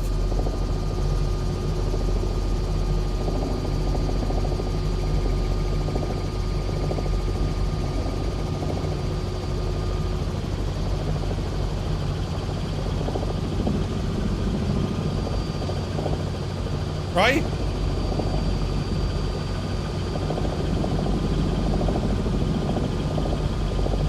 It's incredible.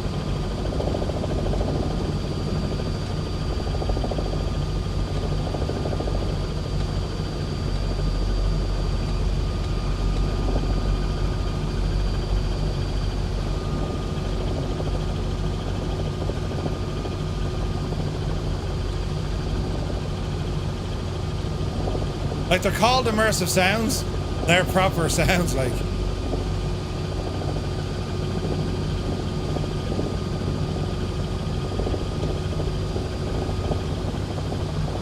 It's really, really good.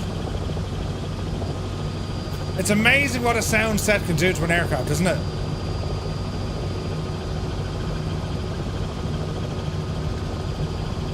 Well, like this is like a professional sound set from another third-party developer.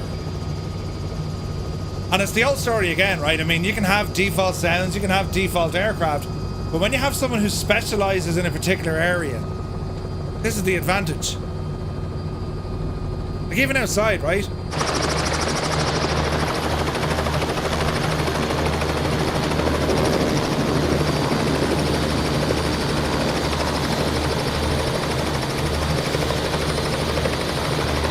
It's so good.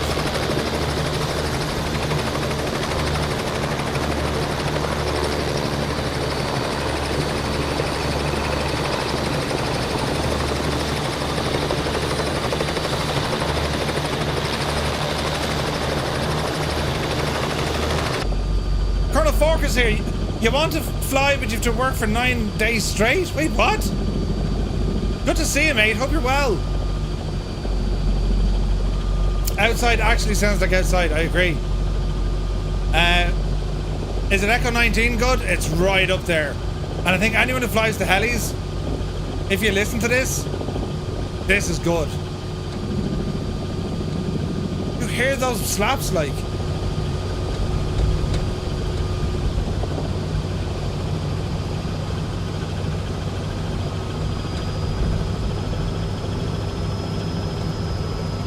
You know what I mean?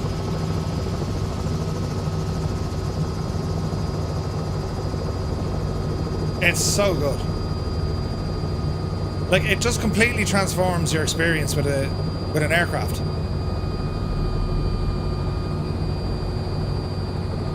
Easy now.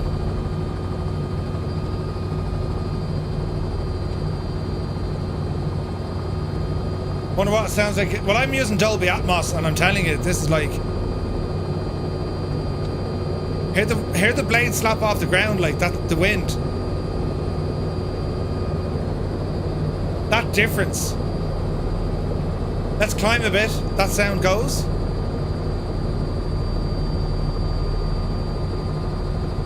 It's incredible. Listen to it again. Just as we get down lower to the ground, you'll hear it.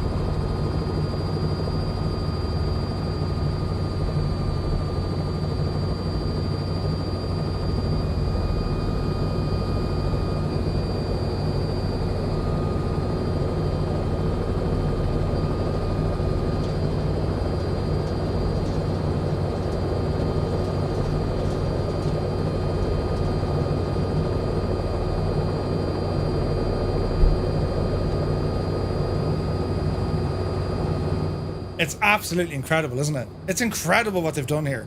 And there are other sounds, like, I mean, as I said, the doors, even the door, like.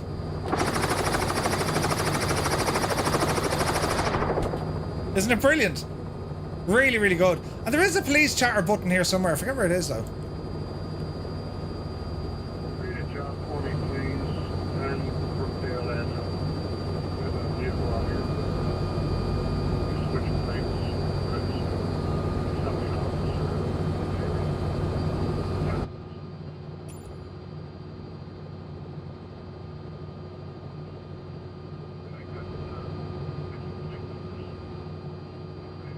So, like, it has,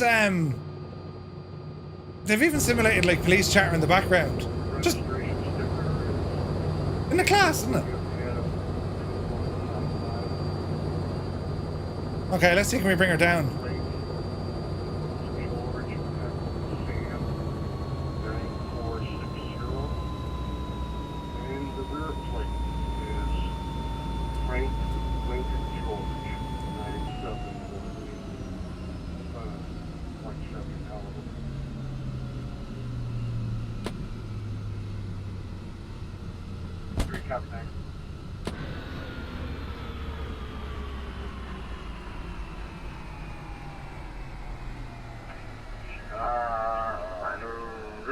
Hold on. Hold on. There's another red Impala as well.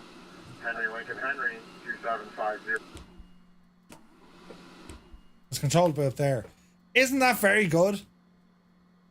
And like even the electrics and the avionics, right?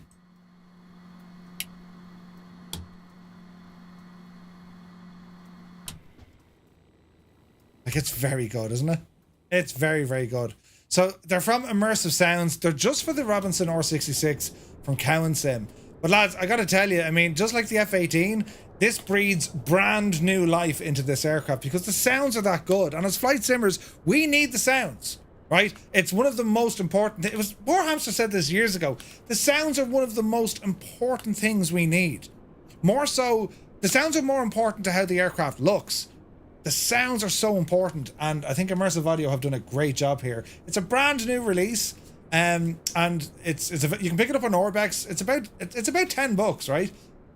But it's very, very good. This is the very first sound set, and you can see all the different sounds that they have.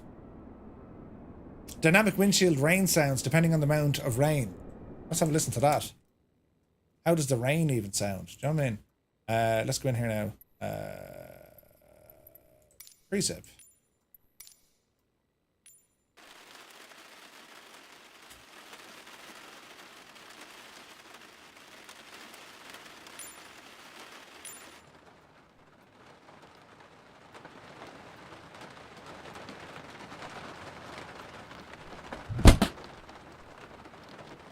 That's very good, isn't it?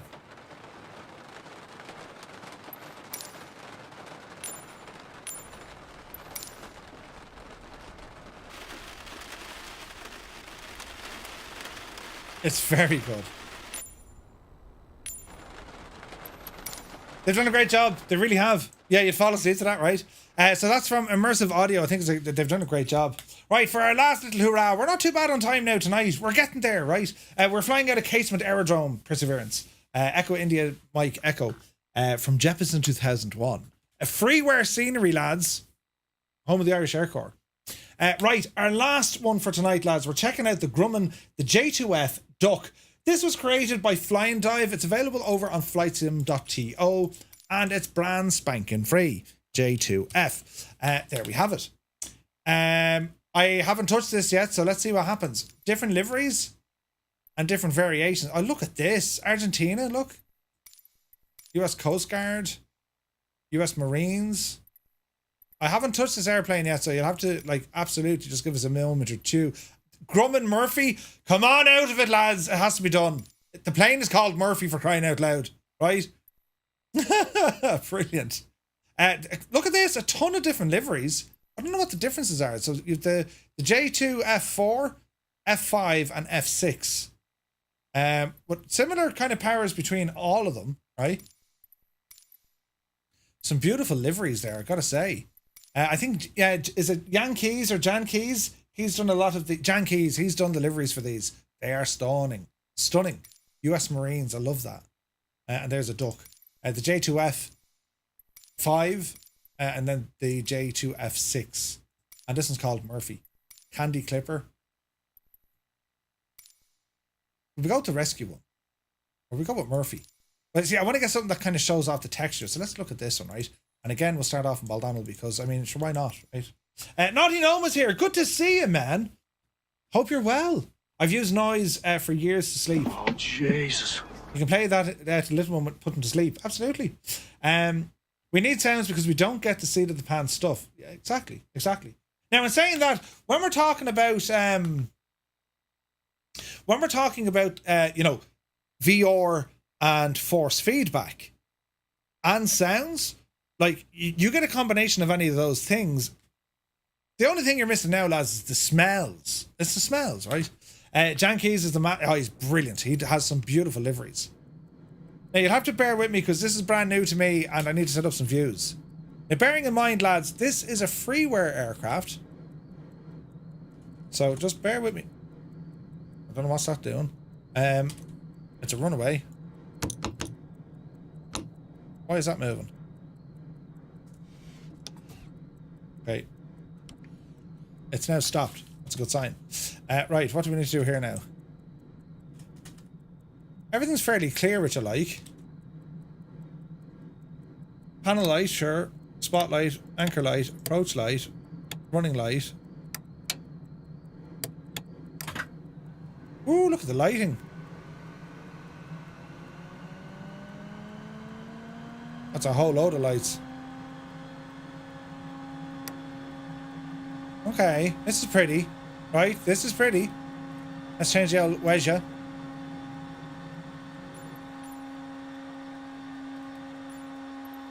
Okay, let's go exploring. Look at the size of this thing. It's a freeware aircraft, and that's what, like, it's free, lads. You know what I mean? Battery's loud though. You turn that and Murph mouse moves. Where am I on the sim cockpit stuff? I am waiting on more gear to arrive, Scott. Dose yourself a nav gas, trip over a hydraulic oil and spark up a smoke. Total immersion. Man alive, look at that engine though. Oh lads, look at the detail here, look. Look at the size of that. Jesus.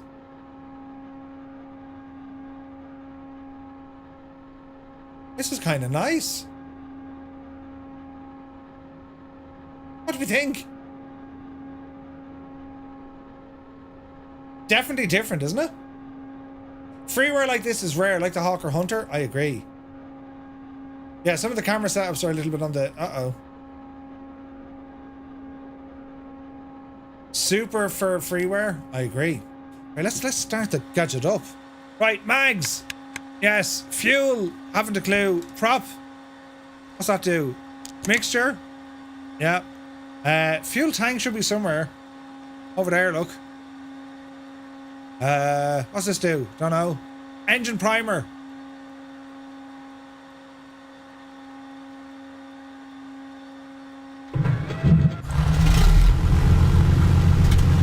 Smoke effects. Nice.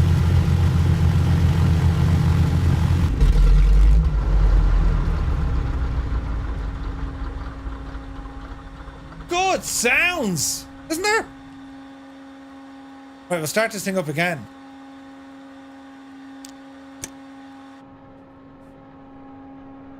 I was quite impressed with that.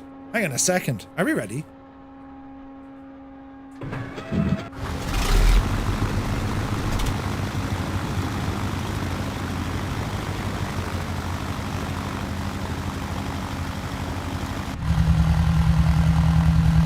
These are awesome sounds.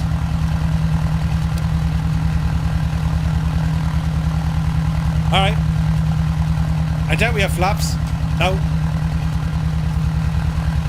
Off the brakes. Supercharger.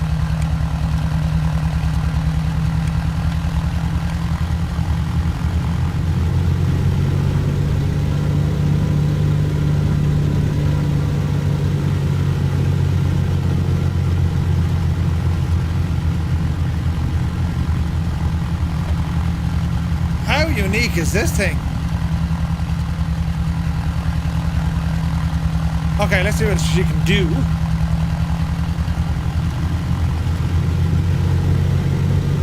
Needs a bit of power to get her going.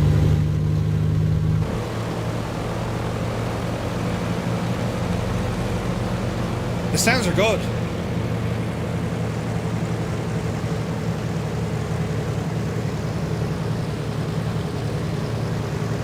A tail dragger float plane. It's most unusual, isn't it? Most unusual.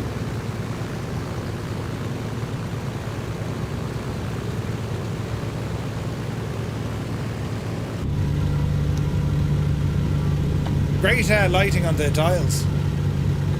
Right, mind your ears, we're going to give it a lash. Oh, canopy opens. Right.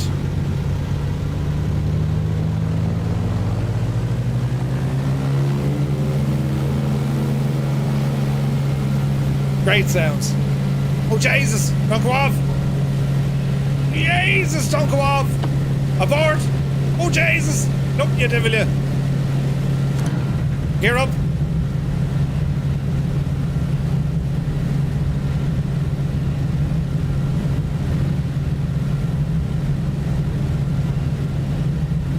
Easy now.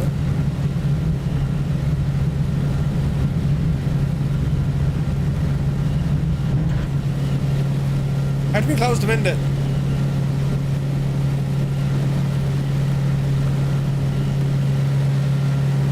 There we go.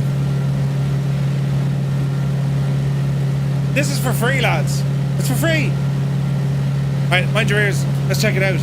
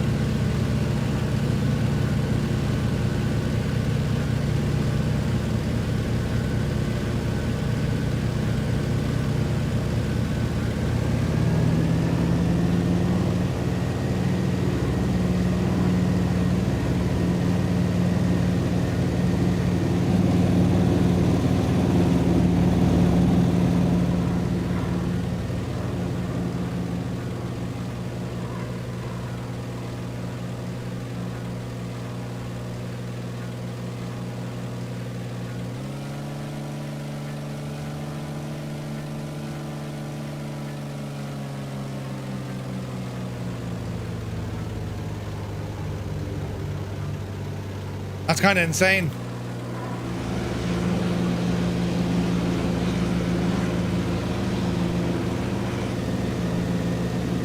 What do we think of this? Lads, this is free. Water landing.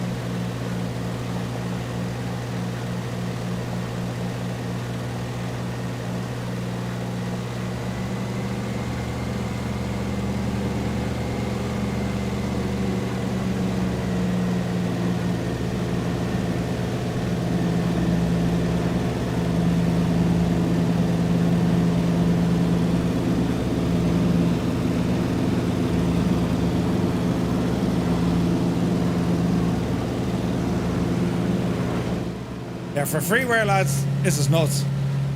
Right, we'll try and put it down for a water landing. The speedo was mad looking, look. 180 knots, coming up on 200 knots now. Camera active, what's this?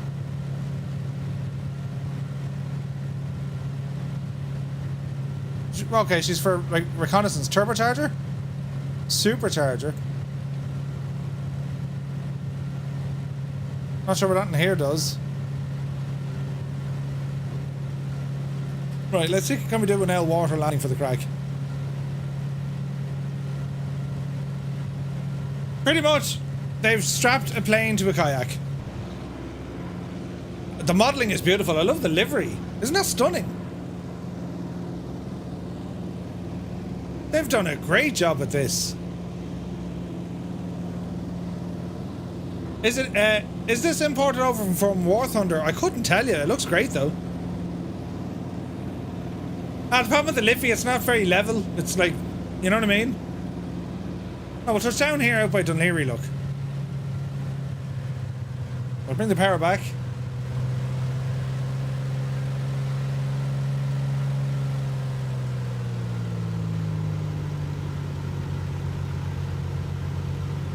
Easy now.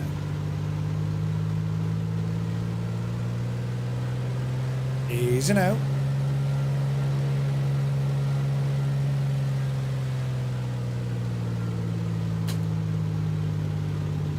Alright, let's see what happens here, sports fans. This is gonna look wild. Dreamy, sleepy, nighty, snoozy snooze. Jesus, two dogs! You scared the life in me!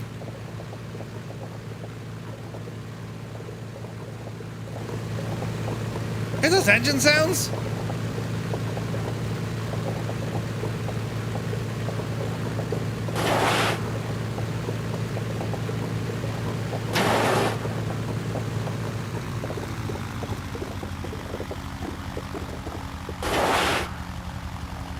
Easy now. Easy.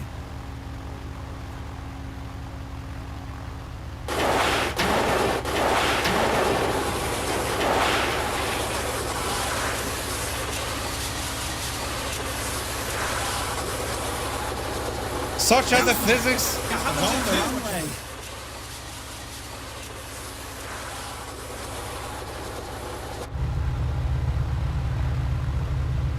Well, you know, I mean, it works.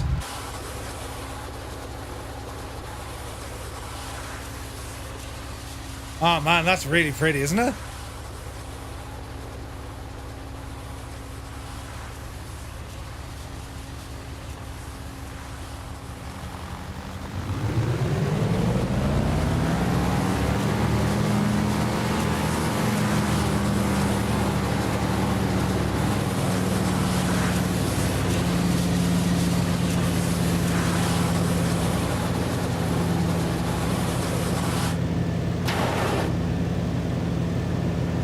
Ah, that's really nice.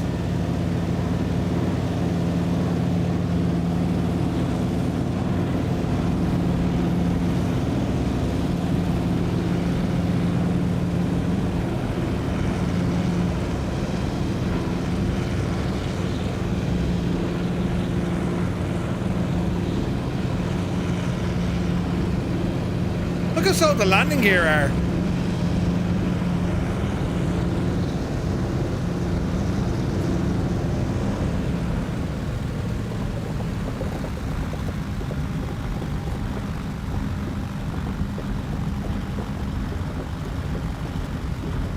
Oh, lads, I'm super impressed with this. Hey, dead stick it.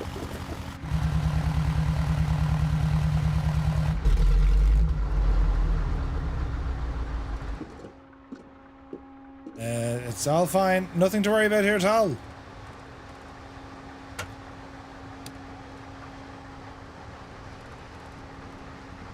Right.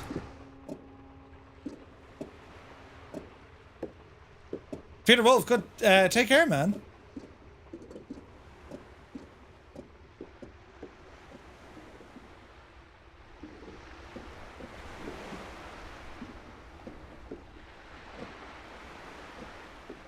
At that speed, right out.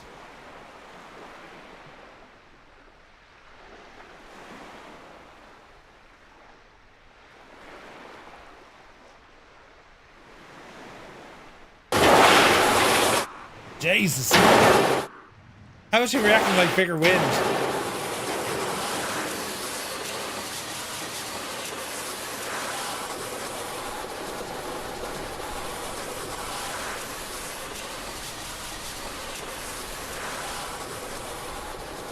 Very, very interesting.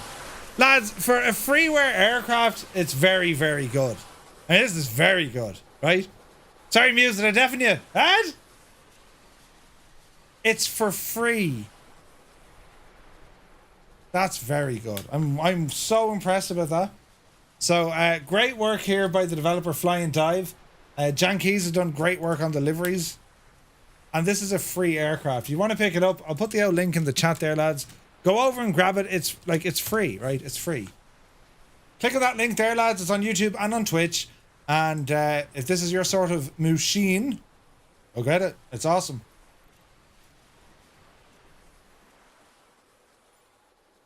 It's just very, very nice. It's very pretty. It's interesting. I'm sure there's going to be a ton of history about this. You need to go off and learn. But it's a great machine. Even the sound of this thing is brilliant. Like, have a listen.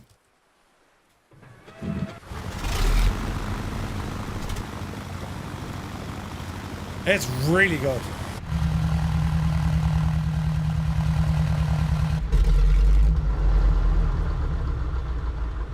Right? You gotta love it. Great work by the developer here, I think. And it's for free. Like, I mean, for God's sake, lads, where would you get it? Excellent. So that concludes this evening's stream, friends. We had a busy one. 4-second share, good to see you. ATR fix pending approval. Search for the ATR 600 and 700F prop fix later tonight. Wombi, you, sir, are an absolute legend. Your services to the community have no bounds. Thank you very, very much. Lads, Wombi has just gone off and fixed the ATR with the unofficial fix.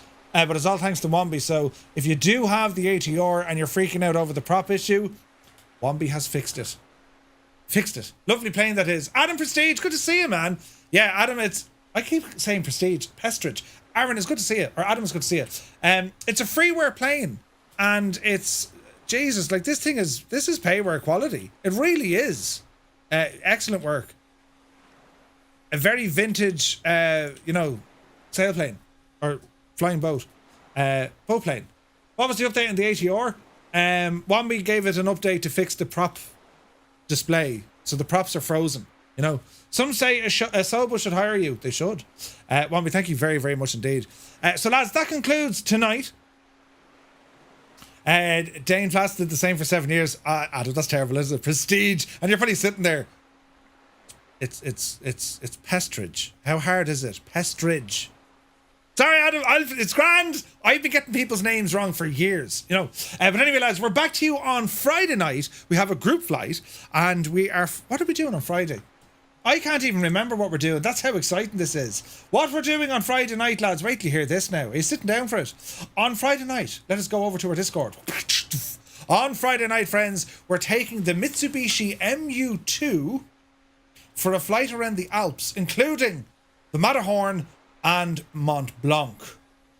It's going to be fun, right? It'll be fun. I might also have a marketplace scenery to show you next week. Oh, nice. So this is happening on Friday night, 1900 Zulu time. That is the plan. I haven't flown this much. Innie built it, and of course our channel sponsor is Innie, so I'm more than happy showing off their aircraft. I haven't touched the MU2 in so long. So the Alps are my favorite place to fly in the sim. Well, we're in for the nice one, Muse. We're going to be flying. Where are we going? We're going all over the place. Italy, Switzerland, and France. And we'll be taking in the Matterhorn and Mont Blanc. It's going to be a lot of fun, for sure. So join me on Friday night for that. It's a group flight. All pilots welcome. Kickoff is at 1900 Zulu time. Bring a tasty beverage and snackages of your choice. And again, lads, if you want to ramble over to our Discord, that's where all the stuff is kept. That's where I hang out when I'm not on a live stream. So I'm always there. Ramble in, say hello. Exclamation Discord will bring you there. And Mont Blanc, yes, Mont Blanc. Right, lads. Thank you also very, very much for all your help tonight. Wombi, you absolute legend for fixing the ATR. See? Community involvement. That's what it's all. That's Blanc is pronounced Blanc. Mont Blanc. Say it fast enough. It's quite it's convincing. As always, thanks to all our mods. We had Muse, Gibbo, and Old Veteran, and to everyone here in the chat. Thank you very, very much indeed. The raids, the support on Twitch, absolutely incredible. All the follows, welcome into all the new folks, and over on YouTube as well, all the subscribers and all our viewers as well. Lads, thank you all so very, very much indeed. We will see you on Friday. Until then, take care. Bit in either the right or the wrong direction, depending on your persuasion. So it's over to Gibbo for the very fancy handoff. No, sign off. No pressure. Oh, no, Jesus. Right.